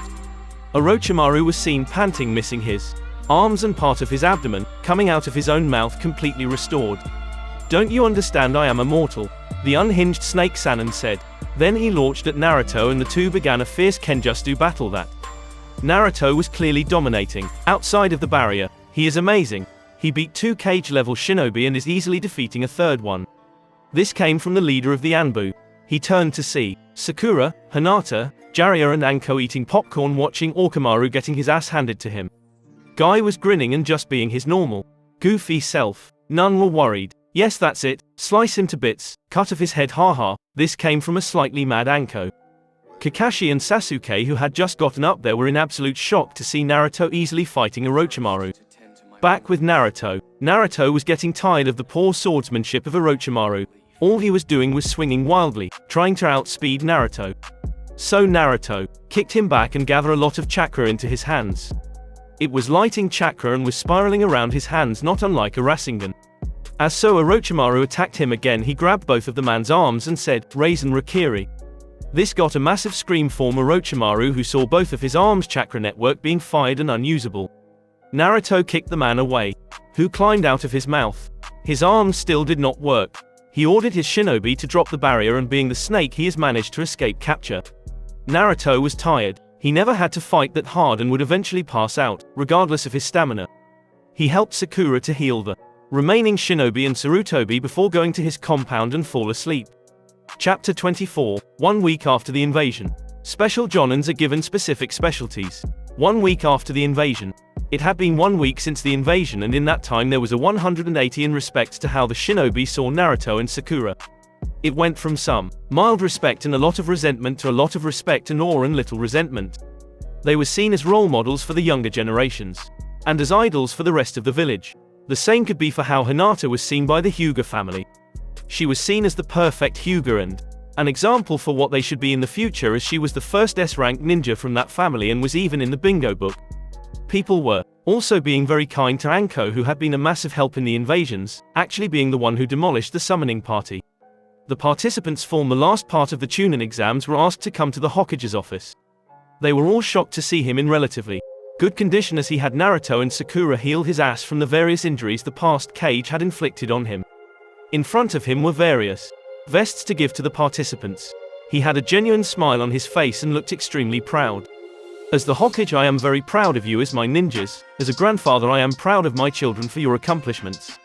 And sir, I believe that most of you are deserving of a promotion. To Shino Aburame, Shikamaru Nara, I grant you your Chunin vests, for you have demonstrated great strength and skill as well as a level head. Both of you were instrumental in the repelling of the invaders. You both helped to evacuate the civilians, and helped to protect the ones that were missed by the earlier patrols. To Ino Yamanaka, I give you your special Jonin vest with a focus in poisons, medical ninjutsu and elemental ninjutsu. You personally wiped out a battalion that came from the forest after we thought it was all over, as well as your incredible aid in the hospital when the invasion was all over.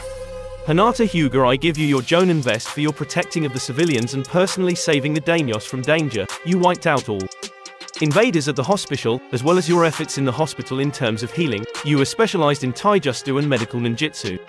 To Sakura Haruno, I give you your Jonin vest for your incredible aid during the invasion, being able to take out a fifth of the entire force yourself and personally destroying those that tried to invade the academy as well as being instrumental in the recovery of hundreds of patients in the hospital. To Anko Matarashi, I upgrade you to Elite Jonin for your aid in the evasion and personally destroying the summoning party and wiping out a large portion of the enemy. And to Naruto Uzumaki, you are given your Elite Jonin vest for your defeating of a crazed Jinchuriki, defeating 2 resurrected past Hokages and defeating Orochimaru and healing myself. You personally showed cage level skill, and it is with great joy I grant you your promotion. You all have gone above and beyond the call of duty. This made everyone who was in the room smile except for 2 people, Kakashi and Sasuke, the latter being absolutely pissed. He foolishly thought that showing his anger would be wise despite being surrounded by cage level shinobi. Where is my vest? I also worked hard and have improved a lot. Sasuke said this as he slammed his fist on the old man's desk. He was answered in the way of ungodly killing intent being admitted from everyone there, even including our 2 new and rather mild Chunin who were done with his attitude. Naruto grabbed the young boy by his throat, his feet dangling and face turning purple. You were unconscious during the entire invasion form Sakura's creeping crystals that sprouted as she kicked your ass. You were late and only fought because Sakura wanted to shut up the audience. You don't deserve to be promoted. Do shut up before I have Sakura crystallize your tongue, eyes and genitals. You don't want that, do you? Naruto's threats gained some winning form. The other males in the room. Kakashi, trying to save his favorite student, put his hand on Naruto's wrist only to find himself pinned face full in the ground covered in the aforementioned crystals. He could feel his chakra being sucked away, and the last thing he heard before he was knocked out was Sakura saying, "You are pathetic, Kakashi. You abandoned 2 of your students, protecting the other and only teaching him. Made him late to his Chunin exams and still defend him. You are really sad. If those who disobey their orders are trash and those that abandon their comrades are worse, what does that make you?" Both got tossed out. After they did, Hiruzen told Naruto about a mission he would go on with Jiraiya. Naruto, you and Jiraiya are going to go to find Tsunade to become Hokage. It is time for me to retire once again. Very well, but can I bring Anko with us? I have a feeling she will be needed. Oh, and Sakura, I need you to train Gaara in what we discussed, and Ino. I need you to train Shikamaru and Choji. Hinata, you can train Shino for a bit. Put them through the laps. Have fun. This was Naruto's response, which garnered looks of fear from those that were to be trained and a look of happiness from Anko as well as a slight blush. I will allow it, and I don't even want to know how you trained, sir. I will ask nothing.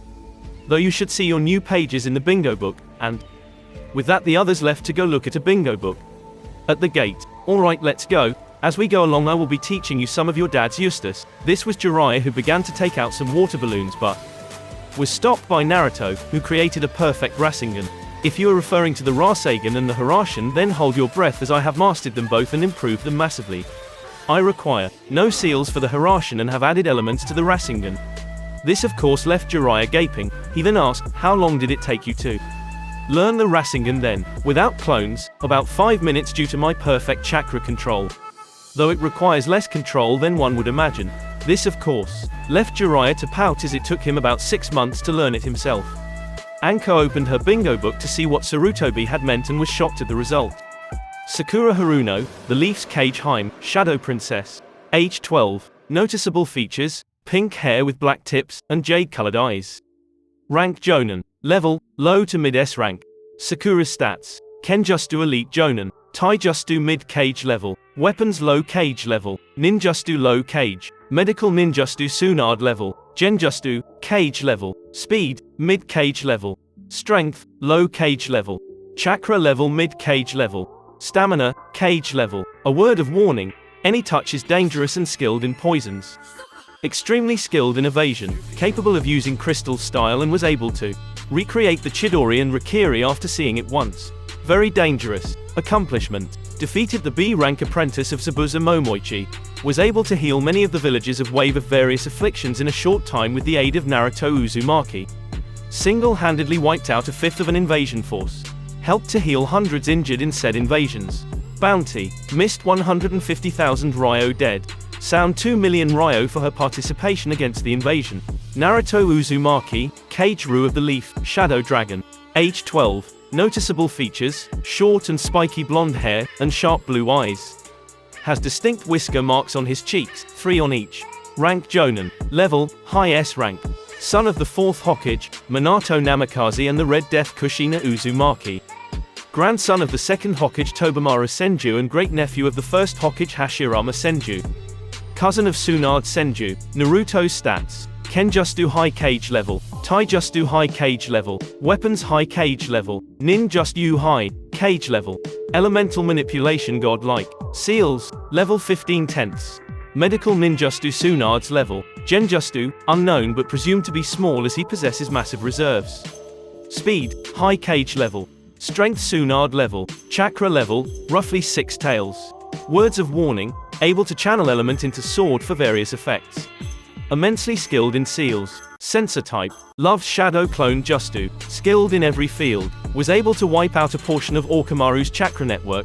Don't attempt to fight if below cage, or at all, he will destroy you. Accomplishment level, defeated the high A rank Zabuza Momoichi, defeated both of the high C rank demon brothers, slaughtered 200 thugs with only one attack, the two combined so it was only one, was able to heal many of the villages of wave of various afflictions in a short time with the aid of Sakura Haruno, was able to defeat, all within minutes of each other, defeat and seal the crazed Jinchuriki of Shukaku, a resurrected Tobimaro Senju high S rank, a resurrected Hashirama Senju high S rank, Orochimaru of the Sanin, high S rank.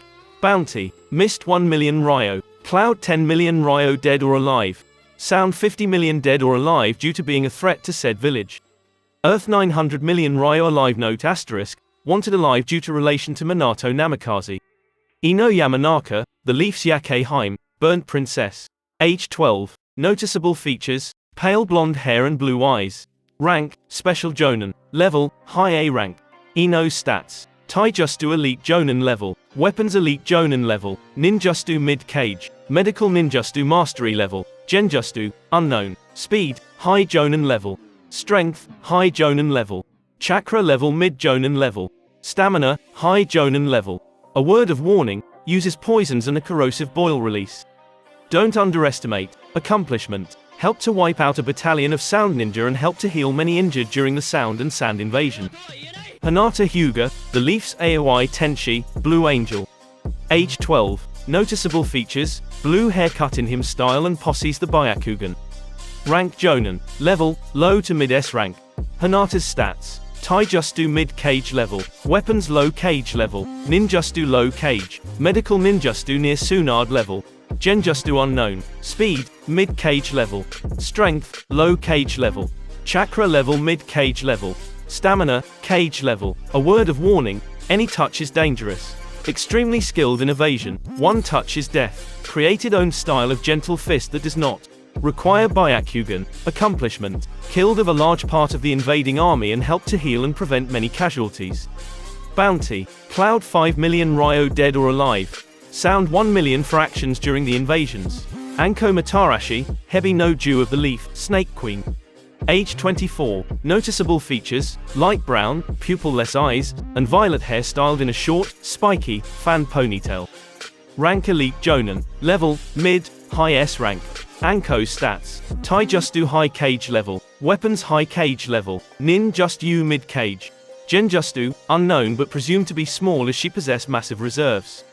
Speed, high cage level, strength mid cage level, chakra level, about 2 taels. Words of warning: can summon snakes, and is capable of using lava style. Was once the apprentice of Orochimaru, made it her mission to kill the man. Accomplishments: destroyed a vast majority of the army invading her village and personally destroying the summoning party. Bounty: Sound 15 million for her being a major threat to their Oto cage. Jiraiya was seriously reconsidering being a pervert around those two. Actually, he began to shiver in fear at the thought of pissing the two off. It seemed he was in for an interesting trip. Chapter 26. At a hotel. At a hotel, Naruto and Anko were at a hotel that Jiraiya had dropped him off at, while he chases some tail. Though when he tried to take their wallets he almost lost what made him a man via one of Anko's snakes. As they were waiting, Naruto and Anko began to sense something. 2 high chakras coming their way, one at least the size of Anko's. It felt very much like water chakra, the other much lower, about low cage. The latter felt not that dissimilar to Sasuke's. They deduced who it was. Itachi Uchiha and Kisame Hoshigaki, the only 2 people whom it could be really. So they braced themselves as the door was kicked open by Kisame. Come with us, Naruto. This was Itachi, all quiet and broody. I have an idea, Itachi. Why not cut off his legs? He won't need them where he is going. Kisame said with a voice just dripping in bloodlust. I have a better idea. There is a field about 5 miles from here. We will duke it out. Me versus Itachi and Anko versus Kisame. That way you will not be noticed and we can all have a bit of fun. Sounds good, Naruto reasoned. The would-be kidnappers looked at each other and nodded. I mean, really you can't get that strong and not love a good fight. Even Itachi, despite being a pacifist, loved a good spar. And if they went in a quick shushin, in the field about 5 miles away from the town. They split up into their 2 groups and began to fight. Anko versus Kisame. They were both standing on water, something most would feel as foolish as it was Kisame's element, but Anko relished in the challenge. The shark-like man leapt at her, his sword drawn, about to hit her when she did something that would rock his world. She, with her bare hand, stopped the sword. You did it now. My sword Samayada will drain you of all of your chakra. Kisame exclaimed, full of confidence. Until he noticed that the sword was doing nothing. Why are you not gorging yourself on her chakra, Samayada? Kisame asked his sword. Samayada managed to say, which translated roughly into, I can't take her chakra, it is as if it is not there at all. Something is pulling it away from my grasp. I see you have noticed it, have you? It is one of the 2 techniques Naruto had developed after seeing the Aberrames in action. It requires incredible control of your chakra, near Tsunade level. It allows us to prevent our chakra form leaking out of our chakra points and giving your sword something to grab onto to yank out some of my chakra. The other technique is this Rakudo family technique, blue flames of conversion, and with that technique being said, blue flames covered the body of Samayada and Kisame. It was after a moment that they noticed what was going on. The fire was using HTIER chakra as fuel, and it was going through it fast. The more chakra, the brighter and H got of the flames. Kisame was in agony and his screams began to alert Itachi, who Kisame noticed was battered, bruised and bleeding from his eyes. With Naruto and Itachi, the first thing Itachi tried was to put Naruto under a genjutsu. That failed brilliantly. Naruto merely broke it and was in front of him with his fist in Itachi's gut, which launched the elder Uchiha quite a bit away. Itachi got up, puking out a bit of blood. He began to attack Naruto with his Inceptor fist, which Naruto merely dog-dead and danced around. It was irritating. How was Naruto so strong? He was the dead last. Tired of this folly, Itachi activated his Mangekyo, looked Naruto in his eyes and said, Tsukuyomi. Naruto and Itachi appeared in a black and red world. Naruto was tied to a cross.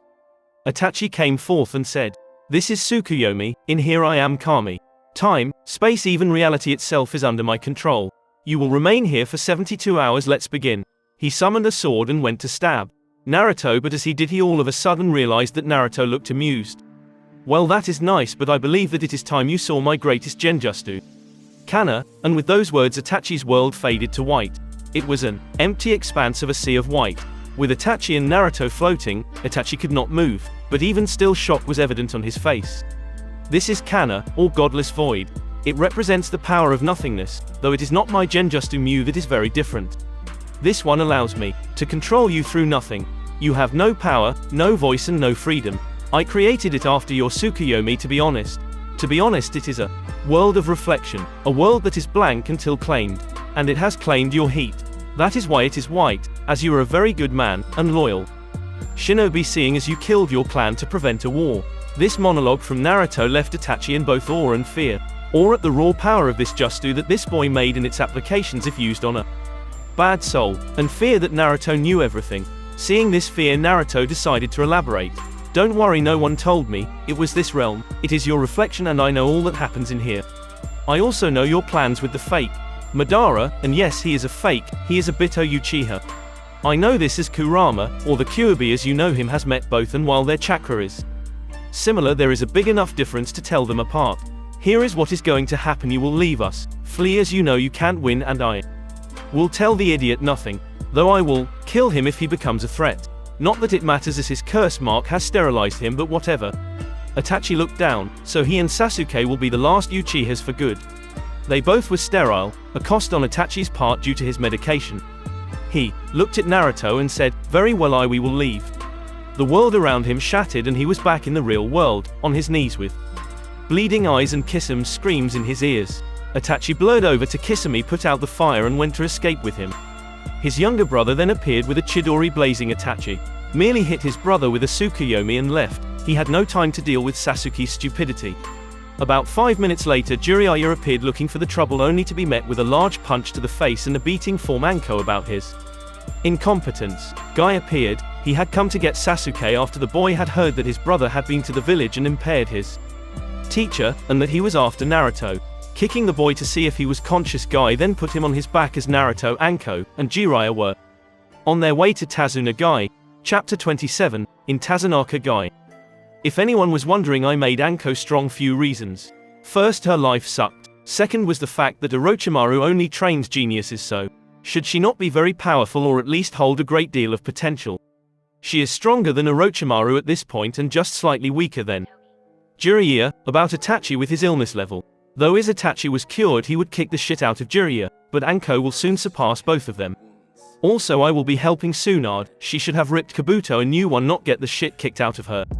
In Tazunagai, they were walking in the town that Tsunade was last seen. After about 5 minutes within it, Naruto began to sense the immensely powerful chakra that was Tsunade. It was very similar to his, as she, like him, was both Uzumaki and Senju. Though he noticed that there was something drain it at a rather constant rate, and not in a healthy way.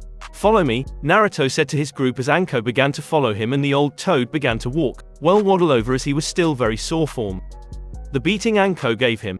They entered the nearby bar, and there, sitting at a table next to beautiful women in a dark blue kimono holding a pig, was Tsunade Senju of the Sanin. Tsunade, it had been a long time. This was Jiraiya, from whom Naruto could sense a deep level of love and adoration completely directed to Tsunade. Great, it is like a reunion, Tsunade said, voice full of bitterness. Who are these two? Are they new apprentices? I hope they live longer than your other one did. Hard to be someone's apprentices when you are stronger than the other, or just slightly weaker in Anko's case. Both of us are able to beat him in a fight, and I could demolish him with ease, so there really is no point in being his apprentice. Also, are you aware that that necklace is sapping your life force? It is probably why you have aged so prematurely. Which is remarkable, seeing as you are both a Senju and Uzumaki like me and should age very gracefully. This was Naruto, whom left everyone in a shock. What he said next made everyone have their jaws drop to below sea level. In fact, if someone other than you or me put that on, it would kill them or sap their strength to the point that they are unable to move. It requires someone of absolutely immense life force to survive its pull. I could reverse the effects if you like. Before you do that, Naruto, I need to ask Tsunade something. Tsunade, you have been chosen as the 5th Hokage and are needed back at the village, Jiraiya said, interrupting Naruto and making Tsunade pissed. No, I will not go back to that hellhole. It took far too much from me.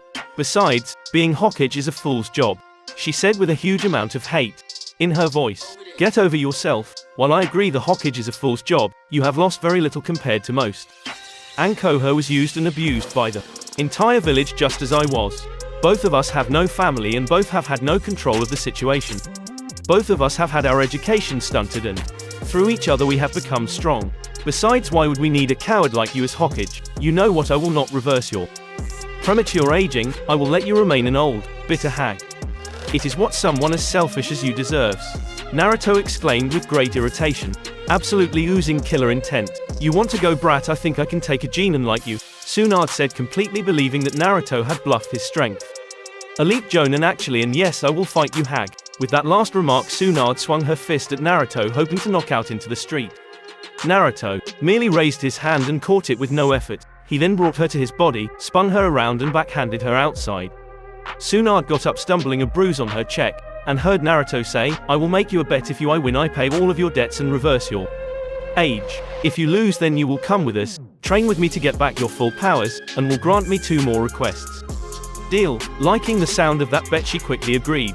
Determined to win the beat, she launched herself at her fellow blonde, disappeared only to feel a kick to her back courtesy of Naruto, who had appeared there in a burst of speed. She struggled to get up before Naruto appeared in front of her, with a Rasengan in his hand that hit her stomach. This time when she tried to get up, she realized she could not move. She saw herself covered in seals. Naruto walked over to her. Well, you lost, sir. I win, but I will do something as a gesture of good faith. He grabbed her necklace and channeled his chakra chain chakra and then pressed the now glowing jewel in between her breast, gaining a tick mark and blush from his cousin. As he was looking, he would have seen a look of jealousy from Anko, Shizune and Jiraiya. The energy from the duel flooded back into Tsunade, shattering her henge, revealing a frail old hag that was quickly replaced with a beautiful 25-year Tsunade. She felt so much better and she could feel her ovaries working again.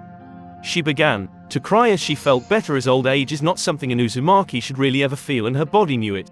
Tsunade, you were deprived of your family just as I have for so many years. Now you have Mucosian, and many other to call family. Blood is not everything. Now starting tomorrow we will start you recovery training. You be much stronger in your prime, and Hanzelti, your earlier performance was Jonan Leal at best. Don't worry, in 1 week you will not only re-achieve your prime but be better, much better. While I was restoring your youth I placed 2 seals on you. One to gather your chakra as you sleep so you can make about 300 kg Bushin, and the other is a resistance seal. With your healing abilities you will be even stronger than Jiraiya. And with that they left for their hotel rooms.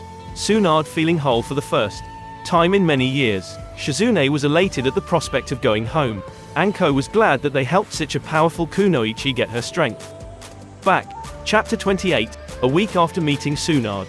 Shizune is about near Kakashi's level in the data book, but lacks the ninjutsu and taijutsu skills to win. So I helped her balance out. A week after meeting Tsunade. It had been a week since they meet, and Tsunade was happier than she had been in years, stronger too. She was actually stronger than Jiraiya. Now, this was due to Naruto helping her to get back her old skills and expand her ninjutsu repertoire.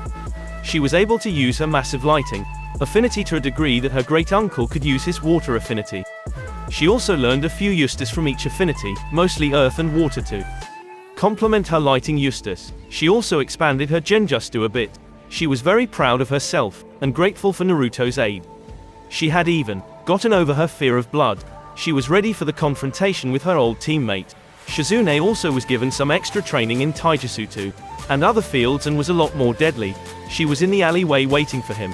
As he approached she gave a signal and Naruto, Anko, Jiraiya and Shizune appeared. They were all ready for Orochimaru. The man, along with his second-in-command Kabuto, Kimamaru and Gurren ran to the open field about 3 miles away. And the battle began. Gurren versus Tsunade. The crystal-wielding woman knew she would get the shit kicked out of her if she fought the women hand-to-hand, so she settled for using her crystal style. Launching several crystals at the sexy future cage, she hoped for the best. The women effortlessly dodged them. She then faded out view and appeared behind Gurren, who she hit in the spine, severing it with a chakra scalpel, knocking the women out. Shizune versus Kabuto. The toe healers, both subordinates of the Sanin, stood ready to fight. They launched at each other with high-speed movements, both using chakra scalpels, neither really getting anywhere. At least that is what it seemed like. For Kabuto healed and Shizune dodged. This was until Kabuto received a kick in the stomach that was full of chakra. It sent him flying. He actually was hit so hard he passed out. Naruto versus Kimamaru. The toe faced each other, both smirking at the thought of the fierce battle they would wage, both sensing the other's immense strength. They launched at each other in a fierce taijutsu battle that Naruto was dominating.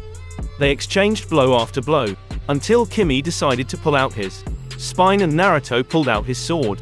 They went at each other again. Naruto disappeared in a flash of speed and Kimi found a sword in his chest. Naruto then kicked Kimi away, where he then passed out from blood loss. Naruto's sword glowed red. Anko versus Orochimaru. Master and apprentice stood face to face. Anko's face surprisingly calm and relaxed. Orochimaru, wanting to end this, quickly tried to activate her curse mark. Seeing no reaction, he charged at her, extending his neck to reapply to mark. As he bit, her body burst into a huge plume of lava. It covered Orochimaru and entered his mouth. He was in agony. He was melting and burning into nothing. He quickly shed his body before Anko was on him, kicking and jabbing with Tsunade-level strength. The man was terrified of her. He was almost dead when Kabuto, Gurren and Kimamaru appeared and grabbed him. They all quickly left after a snake was summoned to divert their attention. Jiraiya, who was watching, was awed at the power display he just witnessed. He was very afraid as none of them liked him and all had the power to kill him. It was a bit disconcerting.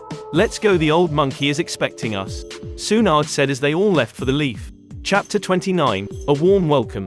Any summon ideas are welcome. A warm welcome. Jiraiya's fears were justified, as it seemed that all of the people he was traveling with were more than willing to beat his old perverted ass. He had been pummeled by Tsunade, poisoned by Shizune and Anko, and paralyzed by Naruto, and once again thrown into the hot spring to get the shit kicked out of him. It was terrifying. On the bright side, their trip was going rather quickly and it did Shizune and Tsunade well. Although once Tsunade discovered Naruto's skill at gambling, she made him gamble for about 3 hours, him literally clearing out the entire place, before being kicked out. He won enough to last his clan for quite a while. After about 3 days they made it back home to be interrupted by some Anbu who had sensed the massive chakra signatures they possessed. You really could not blame them, as all had at least low cage level. They were taken back to the Hokage's tower to meet the old man. At the tower, when Hiruzen looked up at the people who had just barged in, he was shocked to see all but the old toad sage look at him with disdain. He looked down in shame as he realized that Naruto had shared his many failings with his only female student and her apprentice. "Welcome back, Suheim," Hiruzen said with a fearful smile. He realized her chakra signature was far stronger than his, and Jiraiya's. She really could beat him up. Shivering, he continued his smile in hopes of a light beating. "Well, sensei, you have a lot to answer, such as why you never tried to contact me about my cousin Ruto. But that is for later. For now I believe I need to take over your job, as you were incapable of it yourself." After dismissing Naruto and Anko, Tsunade began to deal with her old sensei properly. His scream echoed throughout the village, reminding them why Tsunade was so feared. Back at the Rakudo clan compound, the moment Anko and Naruto entered the compound, they were glomped by Sakura and Hinata, who had sensed them from quite a whiles away. "I missed you, Ruto," they both said, squeezing both of their victims till they were blue in the face. Once they were released, Naruto and Anko replied by squeezing the life out of them, saying, "We missed you too. So how have your other victims progressed?" Anko asked, referring to the people they were to get up to speed. "Very well, they just needed a kick in the ass, Sakura style." "It was fun," Sakura replied. "They are all at least high Chunin, and some like Shikamaru and Shino are about a solid Jonin level. Actually, Shino is about Kakashi's level without his Sharingan activated. He loves it here. Ino is about low cage level, and I and Hinata are about Orochimaru's level. Gaara has actually discovered he is very good at Taijutsu and has learned several jutsu to balance him out. He even began to study seals to prevent what happened to him to happen to others in his village.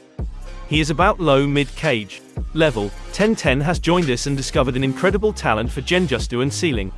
She too is about a solid Jonin level. Did you bring back Tsunade?" Hinata finished for Sakura. "Impressive. Anko, you may find a powerful apprentice in Ten," Naruto said as they went. In the next 3 days several things happened. Tsunade was coronated as the Hokage. Tsunade began to teach Naruto, Sakura, Hinata and Ino on medic jutsu and had them participate in surgeries and autopsy. She even healed Kakashi, who got his ass kicked by Itachi, and Sasuke, who had also shared that fate. This led to Sasuke brooding even more. 3 months later, in the last 3 months, Sakura, Hinata and Naruto, who had made a team under Anko, had done about 80 missions of B to a rank, even 6S rank. As well, all three had become very well known. The village was running a lot smoother due to Tsunade's aid. She had fixed up the hospital and fixed the academy. She had made Shizune teach some kids medic abilities. The best kids in the academy at the moment was Konoha, Mogi, and Udon, who was set to graduate in 1 year. They were so ahead. Shizune was set to be their Jonin teacher. However, there was one person who was not happy. Sasuke Uchiha, after getting the shit kicked out of him during a mission where Ino saved his worthless life, decided to attack Sakura and Naruto, who were working at the hospital. They demolished him. Kakashi began to berate his old student about being too rough, but was then beaten himself. Sasuke, after stomping home due to a beating by a previous fangirl, was convinced to leave the village by the sound, who worked for Orochimaru. He left unawares of the seals on his neck, alerting Naruto and Sakura. Chapter 30, The Chase Begins. The chase begins. Naruto and Sakura were in the Hokage's office explaining that the Uchiha had defected from the village, so she ordered them to gather a team up and get him. They were free to kill him if needed. So they left and gathered their team. It consisted of Shino, Shikamaru, Hinata, Sakura and Naruto himself. They left the gate with only a warning to Shikamaru that if he slacks of at all, he will lose a very important appendage. It took them about 25 minutes of constant travel before they got to the area where the Sound 4 was. They popped in the middle of their camp before the fat member of the Sound 4 put them in a large earth dome. Sakura simply raised her fist and slammed it into the dome, turning it into crystal and shattering it. The fat one, Jirobo, was completely covered in a chakra sucking and binding crystal. They sealed him up and left again. They caught up once more. 2 of them dropped unconscious. All except the pretty redhead, whom Naruto sensed was an Uzumaki. Why they passed out? Well, it was due to the improved chakra stealing beetles on them that Shino had snuck on them. They quickly sealed them up and Hinata dealt with Tayuya. She was completely immune to the genjutsu and was able to play with her troll summons. She then paralyzed the girl whom Naruto ducked down to and said, "I can feel the hate you have for Orochimaru, I can remove the seal and bring you back to the village cousin. You are an Uzumaki and I don't abandon family, be they blood or not. To prove my point I will do this," Naruto said as he touched her seal with 2 fingers that glowed green before the seal started to smoke and bleed a purple liquid. A shrill scream came from it as Naruto completely mauled the shard of Orochimaru's soul within it. Seeing this, Tayuya was quiet for the first time in her life. She turned to Naruto and said, "Well shithead, I guess I am a leaf ninja now." As she said this, Kabuto and Kimimaro appeared to grab Sasuke's casket. But as they touched it, a huge seal appeared on the ground, stealing all of Kimi's chakra. The combined stress of his illness and the lack of chakra killed him. The casket exploded, disrupting the seal and set the Uchiha running with Kabuto. Naruto sent the rest of his team minus Sakura back to the village. The chase began. To be continued. Why was this so short? Stop that the fight scene can be very long and to put you guys off for a bit. What to expect? Kimi's addition to Naruto's sword. A major ass-kicking. Genjutsu that rules. Other goodies. Chapter 31. The Battle Well Slaughter begins. The battle, well more like slaughter begins. It took only 5 minutes for Sakura and Naruto to overcome the distance and catch up to the 2 traitors. Not even the pitiful genjutsu cast by the Uchiha could slow them down. And so they meet. Sasuke and Kabuto were on the head of the statue of Madara Uchiha and Sakura and Naruto on Hashirama Senju. Sasuke screamed at him, "Why do you continue to get in my way, Dobi? I must kill my brother. First of you could never reach his level, even in his previous ill form. Second, I don't care about you, it is a mission. And third, it is fun." Naruto responded with a grin on his face as he saw confusion on Sasuke's previous ill form. "What are you talking about? He is not sick." "Wrong, he was very ill. Something he acquired as a combination of inbreeding in your family and the stress of being a ninja. I healed it with a seal. As I am a medic master and a seal master, it even should heal the damage from the Mangekyo. My family does not inbreed Dobi. Uchihas are better than everyone. We are the elites." "Yeah, they did. Most clans do, and only the strong ones were elites. Itachi, your mother Mikoto, Madara, Izuna and the like were elites, all of them. Cage level at 14 years of age, you are barley Chunin level, all of them were elite Jonin at least at this age. So they were the elites, not you." This of course set Sasuke into a rage and he launched himself at Naruto with Kabuto not far behind. However, before then were even halfway, there they were sent back flying into the water by the surge of lighting chakra that was sent out by Sakura. They came out shaking, both barley, fighting the effects of Sasuke due to the lighting chakra he has and the regeneration that Kabuto has. Sakura appeared in front of them. "You both face me, see if you can last, I want to play with you for a bit." After all, cats like to play with their food. As she said this, a change came over her. Her eyes turned like a cat's with a vertical slit, and a shiny green coloration with a black ring around her iris. Her canines grew and she gained claws. Her hair began to fluff up and gain some more black stripes. She also gained a dark pink outline around her body in the shape of a 3-tailed feline with her in its body. She looked like a feral goddess come to earth filled with righteous fury. Both Sakura and her shadow cat avatar roared. With that sound the battle began. Sasuke began to shoot out as many fire jutsu he knew at her while Kabuto was attacking her with his chakra scalpels. She dodged everything, before grabbing a fireball, compressing it and sticking it in her hand into Kabuto's stomach before she threw him into the statue of Madara, which exploded with his stomach. "Naruto, can you be a dear, take care of him for me? It will make it more fun to deal with the Uchiha," Sakura asked with a sweet tone in her voice. "Sure, I have something fun planned for him," Naruto replied with a grin. Naruto and Kabuto. Naruto went over to the still recovering Kabuto, who had almost no chakra, and stabbed him with the sword. "Do you like it? This is Kimi's addition. It has a few uses such as launching bones and enhanced durability. But his most fun usage is the curse it cast. It causes the bones to be drawn to my Sao RD and, after they are filled with its chakra, it causes the bones to grow uncontrollable. The best part is that the natural energy it draws in make you not die and it won't ever end. Lovely image, is it not?" Naruto said as he pulled out the sword, loving the sound of Kabuto's screams, watching as the bones came out of his orifices and pores. Before he knew it, he was a near tree of bones that was sinking into the lake. Naruto's sword was GL wing form, the blood and chakra form Kabuto's body. Sakura and Sasuke. Sasuke, sensing the threat, changed into his second cursed form. I will include a link on above. creating his Chidori, which turned black from the vile chakra, and sounded more like 1,000 flapping birds rather than him chirping. He launched himself as Sakura, who looked bored. She raised her hand and all of her finger were covered in a pink-colored lighting at the tips. Sasuke hit her but did not penetrate her, the lighting was absorbed into her body easily. Sakura raised her hand and struck him in the sternum with the pink lighting, which surged through his body and sent him flying across the lake and sent 4 yards into the canyon wall. As he was struggling to get up, Sakura appeared in front of him and grabbed his wings and with one swift motion tore them from his body. Laughing all the while at his screams, she turned him over and said one phrase, "Megami no Kenny, authority of the goddess." And with that, Sasuke passed out and awoke in a strange place. It was a rather empty light purple expanse. He was in the center alone. The next thing he knew, a giant Sakura appeared with the kanji of inner Sakura. She was black with a white outline. "Oh, look at what we have here, a bastard. Well, it's time to punish you for your actions," inner Sakura said with the most terrifying grin ever. "Let it be said that even the Jubi itself would have run in terror at the sight of the true monster in front of Sasuke right now." In the real world, Sasuke gave a loud shrill scream and passed out, muttering before his entire body was encased in crystal. Sakura grabbed him, and they both left in a flash of silver. Back at the village 3 days later. It had been 3 days since the whole chasing of Sasuke, and in those 3 days many things happened. The first was the arrest of Sasuke and the entire Sound 4, though Tayuya was released after she explained that she and her adopted sister Karen were forced under the death of the other, and due to that was not loyal. She gave plenty of juicy details about what was going on with Orochimaru, but not his base, as after the cursed mark was removed, that information we wiped clean, as was the others. The second was the summon contract that Sakura was given. It turned out that the summon cats had been wanting to give the contact to a different person instead of the Uchihas, who had placed a seal preventing them from going home, one that Naruto effortlessly lifted. Sakura was named their summoner as she possessed the feline heart, a rare affinity similar to the one that Orochimaru had for snakes, Tsunade had for sloughs, and Jiraiya had for toads. It was why she was able to summon the Shadow Cat avatar. Sakura was thrilled, as with the seal on and gone, they were an incredibly powerful contact of genjutsu wielders and a spy network.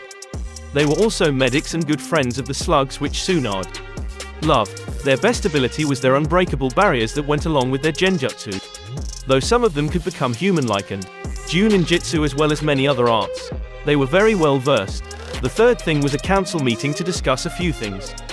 Cue flashback. Sasuke Uchiha will be charged with the betrayal of the village and the resistance of being brought back, consorting with well-known traitors as well. I recommend that he be stripped of shinobi rights and executed, Tsunade said with a fierce look on her face. No, we can't kill the last loyal Uchiha, produce heirs, and the curse mark must have led him astray, Kagome Haruno announced. Naruto interrupted the next speaker to point out a few things. First off, he is sterile due to the seal. Tsunade confirmed this after I mentioned it to her, though Mikushi and Tayuya won't suffer this, as she is an Uzumaki and her life force overcame that with ease. The second thing, my seal prevented any effects to his psyche, that was all him. I am even better than Jiraiya at seals, so don't doubt me. And third, the boy is insane IHAV. He checked him, he went voluntarily. Even if he could produce, all of his property belongs to the village and half of his other property is Sakura's, as is right die to his family's abuse of the cat summons. This of course led to screams at him by all of the civilians, though Danzo looked at Naruto with pride for once, as well as the other elders, as they saw how he was working hard to improve the strength of the village youth. They fully supported the boy in every way, though Danzo was supporting him for the help Naruto gave him on his root members training and helped him to realize the importance of emotions. It helped that Naruto kicked the living shit out of him several times, as well as all of his roots at once. So did Sakura and Hinata, with their eyes closed and their hands tied behind their back, literally. Silence, Tsunade said. Lady Tsunade, he can't be sterile. You're the best medic in the world, fix him, Kagome said with a look of insanity in her eyes. Actually, Naruto is at my level and has helped me to discover new methods. We both can't help him, though Itachi will be able to produce, want you? Itachi, Saunders said as said Uchiha came out. He looked healthy and rather good. I was ordered to kill my clan to prevent an overthrow and have been healed by Naruto, so I am at full form. I am much stronger than that fool of a Toad Sage, so please shut up, I don't feel like killing right now. I was ordered back and will continue to serve the village. Madara, or Obito as I should call him, tried to kill me, but as I am back to full form I beat him quite badly before he teleported out. So shut up, deal with it. I want marry your daughters. I am already interested in another. With that he went over and stood next to Naruto. After a half hour of debate they decided to kill Sasuke in 1 month. Then they talked about one last subject, Naruto. Tsunade had permitted a trip with Sakura, Itachi, Taiuya, Anko, and Hinata to go fight in the civil war in Mist. We will return in 3 years after we help him to recover. Actually we have already left, goodbye. With that all mentioned burst into smoke. What would the next 3 years bring them? Till next time, who will get with Itachi? Any recommendations welcome. What is Sasuke's fate? How will Itachi's leaving the Akatsuki affect them? Chapter 32, A Productive 3 Years. A productive 3 years. Naruto was sitting on top of the Mizukage Tower, just looking out at the town, relishing at the feeling of accomplishment. The village was nearly finished in terms of constructions. Sakura, Karen, Hinata were at the hospital training the newbies along with his clones. Anko and Taiuya were busy training some kunoichi in their respective arts. Itachi was helping the clans to get their lives together and organized in terms of the village, and Suigetsu and Raiga were teaching the next generation of the swordsmen of the mist with some of his clones, as kenjutsu was a specialty of his. This made Naruto smile. The last 3 years were very productive.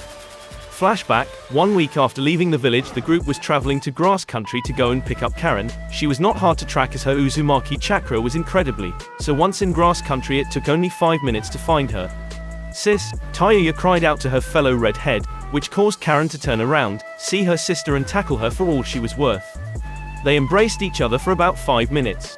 It only took 5 minutes for them to convince her to leave, and after that they were off to the land of whirlpools. 2 weeks after leaving the leaf, it had taken a week to get there, but finally they were here, and the loved. It was warm and moist but not too much. There was a series of buildings that had been destroyed but was still accessible. This is incredible, I can still feel the leftover chakra of the people who lived here. Karen exclaimed in awe. In the last week Karen showed that she was very similar to Sakura and in Naruto's eyes very attractive. She was fierce, yet kind, loyal to a fault, and was not afraid to speak her mind. She was also a decent level at about mid-Chunin level, where Tei was about mid-Jonin as she was about 2 years older. Both were going to be very strong, that was sure. The group followed Naruto to a section that only an Uzumaki would be able to feel as a seal. Adding some blood, they were all shocked to see a set of stairs. They went down and to see a vast library with plenty sets of armor and weapons. All of it would later be sealed, including a summoning contract that Naruto would later sign along with Karen. They decided to spend the next month and a half to train, introducing Itachi, Karen and Tei to the special training of Naruto's design. 2 months later, in the month and a half everyone got a lot better. Itachi was obscenely stronger and knew a lot more of everything. Taiuya was a solid S rank. Ninja, she was not reliant on genjutsu anymore, though she still used them. She discovered the joy of seals, improved her taijutsu and everything else. Karen was the one who improved the most. She learned medical jutsu like no one's business, improved everything and was a solid high A rank ninja. After they were done training they left for the land of water and got there in about 2 weeks. They were met by Aoi, who did not trust them and who attacked only to get the shit kicked out of him by Karen. You know she is the weakest of us so far and she whooped you with ease, so I would back down if I were you. We were sent to help the rebels, which I know you were a part of. So take us to your leader.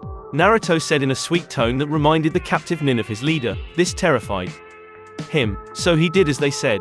In about 10 minutes they were at a decent-sized camp being stared at by many people. The second largest tent opened up and an extremely beautiful woman appeared. She was tall with beautiful auburn hair and green eyes. She was wearing a form-fitting suit dress that showed off her entire figure, which was perfect. Naruto recognized her instantly. Hey there Tenchi, I missed you, he said, which garnered looks of confusion from everyone but Mei, who looked as if she would cry.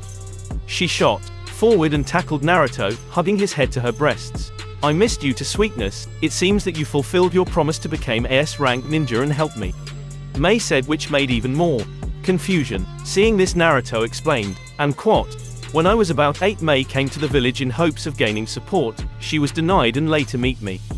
She was the first person to see past my mask and we hung out, and I gave a promise to come back and help her as she was the first person to show me unconditional kindness.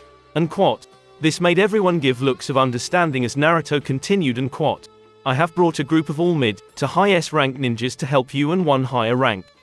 I am the second strongest. Itachi here is stronger about SS rank. I am tied with Anko at nearly SS rank. Hinata and Sakura are both high S rank. Taiuya is mid-S rank and the last is Karen at high A rank. We all have agreed to help you. Unquote. With those words the group entered a war. It took about 6 months till they were to face Yugura. But in that time they never lost a battle. The casualty rate was diminished due to the medical abilities of Naruto and Appo's team, and morale was higher than ever. In that 6 months all of Naruto and Appo's team massively increased in strength. Karen at high S rank and the rest at SS rank. Meeting with Yugura, Sakura had bashed the door open to the Mizukage Tower. They swiftly took care of everyone who was in the way and were in the training grounds of the Mizukage. It was a large, mostly water-filled area and had several outcropping of land throughout. In the middle was Yugura, who was clearly under the effects of a genjutsu. Without a word, Naruto and Yugura went to battle. Yugura started by using his strange staff to produce some mirror clones of Naruto. It took Naruto only about 2 seconds to wipe them all out. Yugura could not keep up with the amazingly swift movements of Naruto and Appo's strikes. In about a minute he was kicked to the other side, struggling to get up, covered in cuts, bruises and the like. Yugura then began to channel the energy of Isobu, the three-tailed turtle. This only made Naruto smirk. He merely shot out his chakra chains, which very easily wrapped around and subdued the turtle. Naruto sent a large surge of chakra to Yugura, which freed the man and turtle from the genjutsu. Naruto approached the man and placed a seal on him to prevent another genjutsu like that again. Flashback ended. It took about 3 days for him to wake up and explain what had happened to the people. He gave his position to Mei and began to make up for his actions by teaching the next generation. He was forgiven as Naruto explained how much pain the man, Obito, had caused. They were a ninja village after all, so it was not hard to believe. In the time that they were there, they were called Heroes of the Mist. They were all added to the bingo book or updated as SS rank shinobi and given free rights as any other ninja of Mist. They all helped the village to recover, and in the 2 years the village was about equal to Suna and was only to get stronger. They signed agreements with Wave, Leaf and Suna. It was very beneficial to the village as Tazuna had come with his workers to help the village. He even ran into a escaping Sugetsu and Raiga, who joined the village after escorting him. All in all, a good 3 years. The only bass was the fact that Kagome Haruno had collaborated with some other villages and Orochimaru to free Sasuke and had succeeded. This happened a week after Naruto and his group left. Tsunade had not been happy. Sasuke was given a kill on sight order in the bingo book, as he both betrayed the village twice and had taken Kagome Haruno with him. That being said, Naruto and his group were to go back to the Leaf in 1 week. Life would be interesting when they went back. End. What should Naruto's summon be? Chapter 33, a quick glimpse. Tsunade was sitting in her office going through a bunch of records when one of them caught her eye and put a soft smile on her face. It was a letter initiating a treaty with Mist and the Land of Water. She could see that Naruto really did have a hand in this due to the fact that it avoided all of the issues that was previously present within the old treaty the Leaf had with Sand. This made her realize that Naruto was coming back with his group. Today, as she realized this, she felt it, the distinct feel of Uzumaki chakra, and it was coming closer, fast. Without hesitation she leaped out of her windows and began to make her way to the young man who had saved her life, dignity and pride, who had become her son. At the gate, Naruto and his group had literally just entered the gate when they were once again accosted by Anbu. Though once again you could not blame them, as every one of them had an obscene amount of chakra and were causing the barrier detector to go crazy with all of their chakra. It was as if all of the tailed beasts were in the village at the same time. Why was it like this? Well, the one with the lowest chakra was Sakura, and she had about 6 tails worth of chakra, literally if she activated her Shadow Cat avatar. Move out of the way, screamed Tsunade as she barreled into Naruto and gave him a squeeze that had enough power to snap Kurama's spine in half. Just as she was about to let go, Naruto tightened his hands and squeezed the woman so hard she nearly passed out. Drooping her, he said, "Nice to see you, to Tsuheim." With that, they all headed back to her office. Back in Tsunade's office, Naruto and his group stood there as Tsunade began to ask questions. "So I take it that you were successful on all fronts, including getting a good ally?" "Yes, we did, even got him to forgive Yugura," Naruto answered. "How the hell did you manage that?" Tsunade exclaimed with wide eyes. "Simple, I projected what had happened to everyone and explained all that Obito has done over the years." "Only you, Ruto, only you," Tsunade said with a shake to her head. "By the way, have you mastered wood style yet? You were starting as we left. You are now looking at the first woman to master wood style. But enough about me, I want a set of spars to see you skill. Naruto against me, the old Toad, Danzo and Itachi.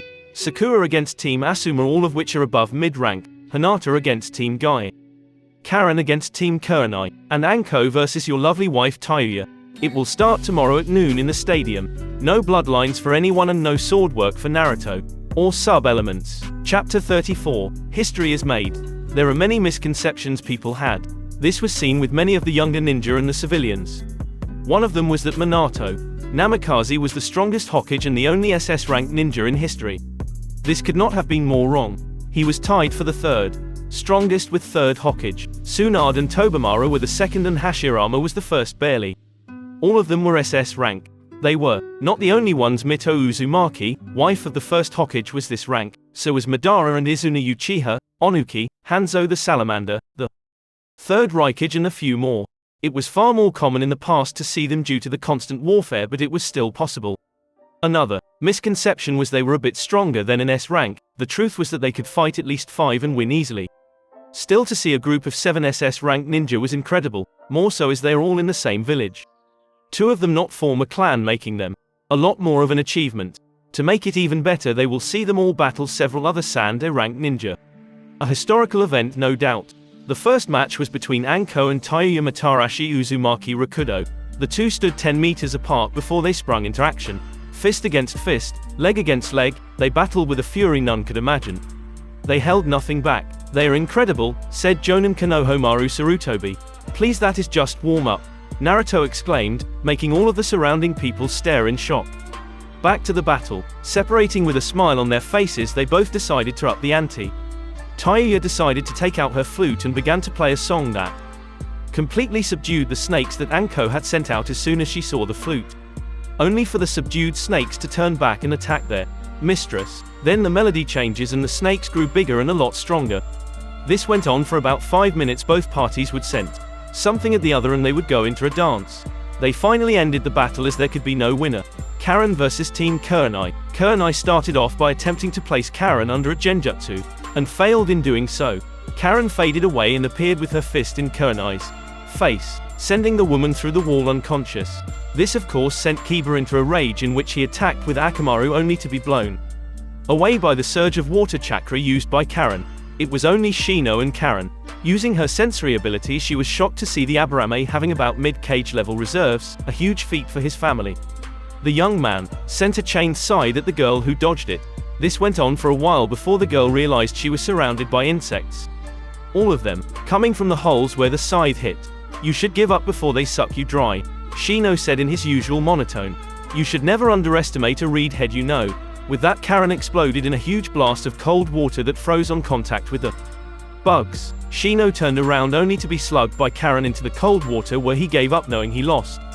Hinata v Team Guy. Hinata did something that shocked everyone as well as confused them. She began to surf on using the earth as the water. She was going very fast. Before everyone could move, she landed and slammed her foot on the ground, which captured all of the opposing teamer before she appeared in front of Neji and poked his forehead. He glowed before the bandages fell off, showing no mark at all. This stunned Guy and Lee long enough to be knocked out, as well as Neji. 10-10 was not delayed like that. She easily escaped and began to throw weapons at the young Hyuga. Though as Hinata dodged, she realized she had been struck by one of the weapons, which was shocking as she knew she dodged them all. She realized that she was under a genjutsu. She smirked before she exploded in a huge surge of electricity.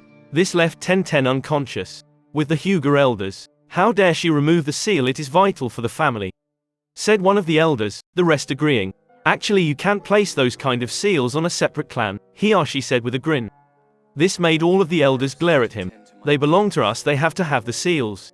Wrong, they don't. They were freed and given the old Uchiha compound as their home. They all have had their seals removed, and this has been approved by the Fire Lord and the Hokage. So suck it up. They are called the Ankajido, or are their own clan. Tat Hinata and Neji will share power. Hiyashi stopped talking but kept his bright grin on his face. He finally fulfilled his and his brother's dream. Undo edits. Sakura vs Team Asuma. Sakura wasted no time and quickly knocked out Choji and Asuma. They were unaware it had happened. As she landed, she was forced to dodge Shikamaru's shadow and the poison senbon from Ino. She then let herself get caught by the shadow before simply breaking it by flexing her muscles. She faded away and drop-kicked Shikamaru through a wall. He was out cold. Ino and Sakura began to circle each other before they launched at each other. Huge shock waves coming from their blows. This went on for a good 5 minutes before Ino exploded into a poison cloud. This however had little point as she soon discovered that Sakura had been an illusion.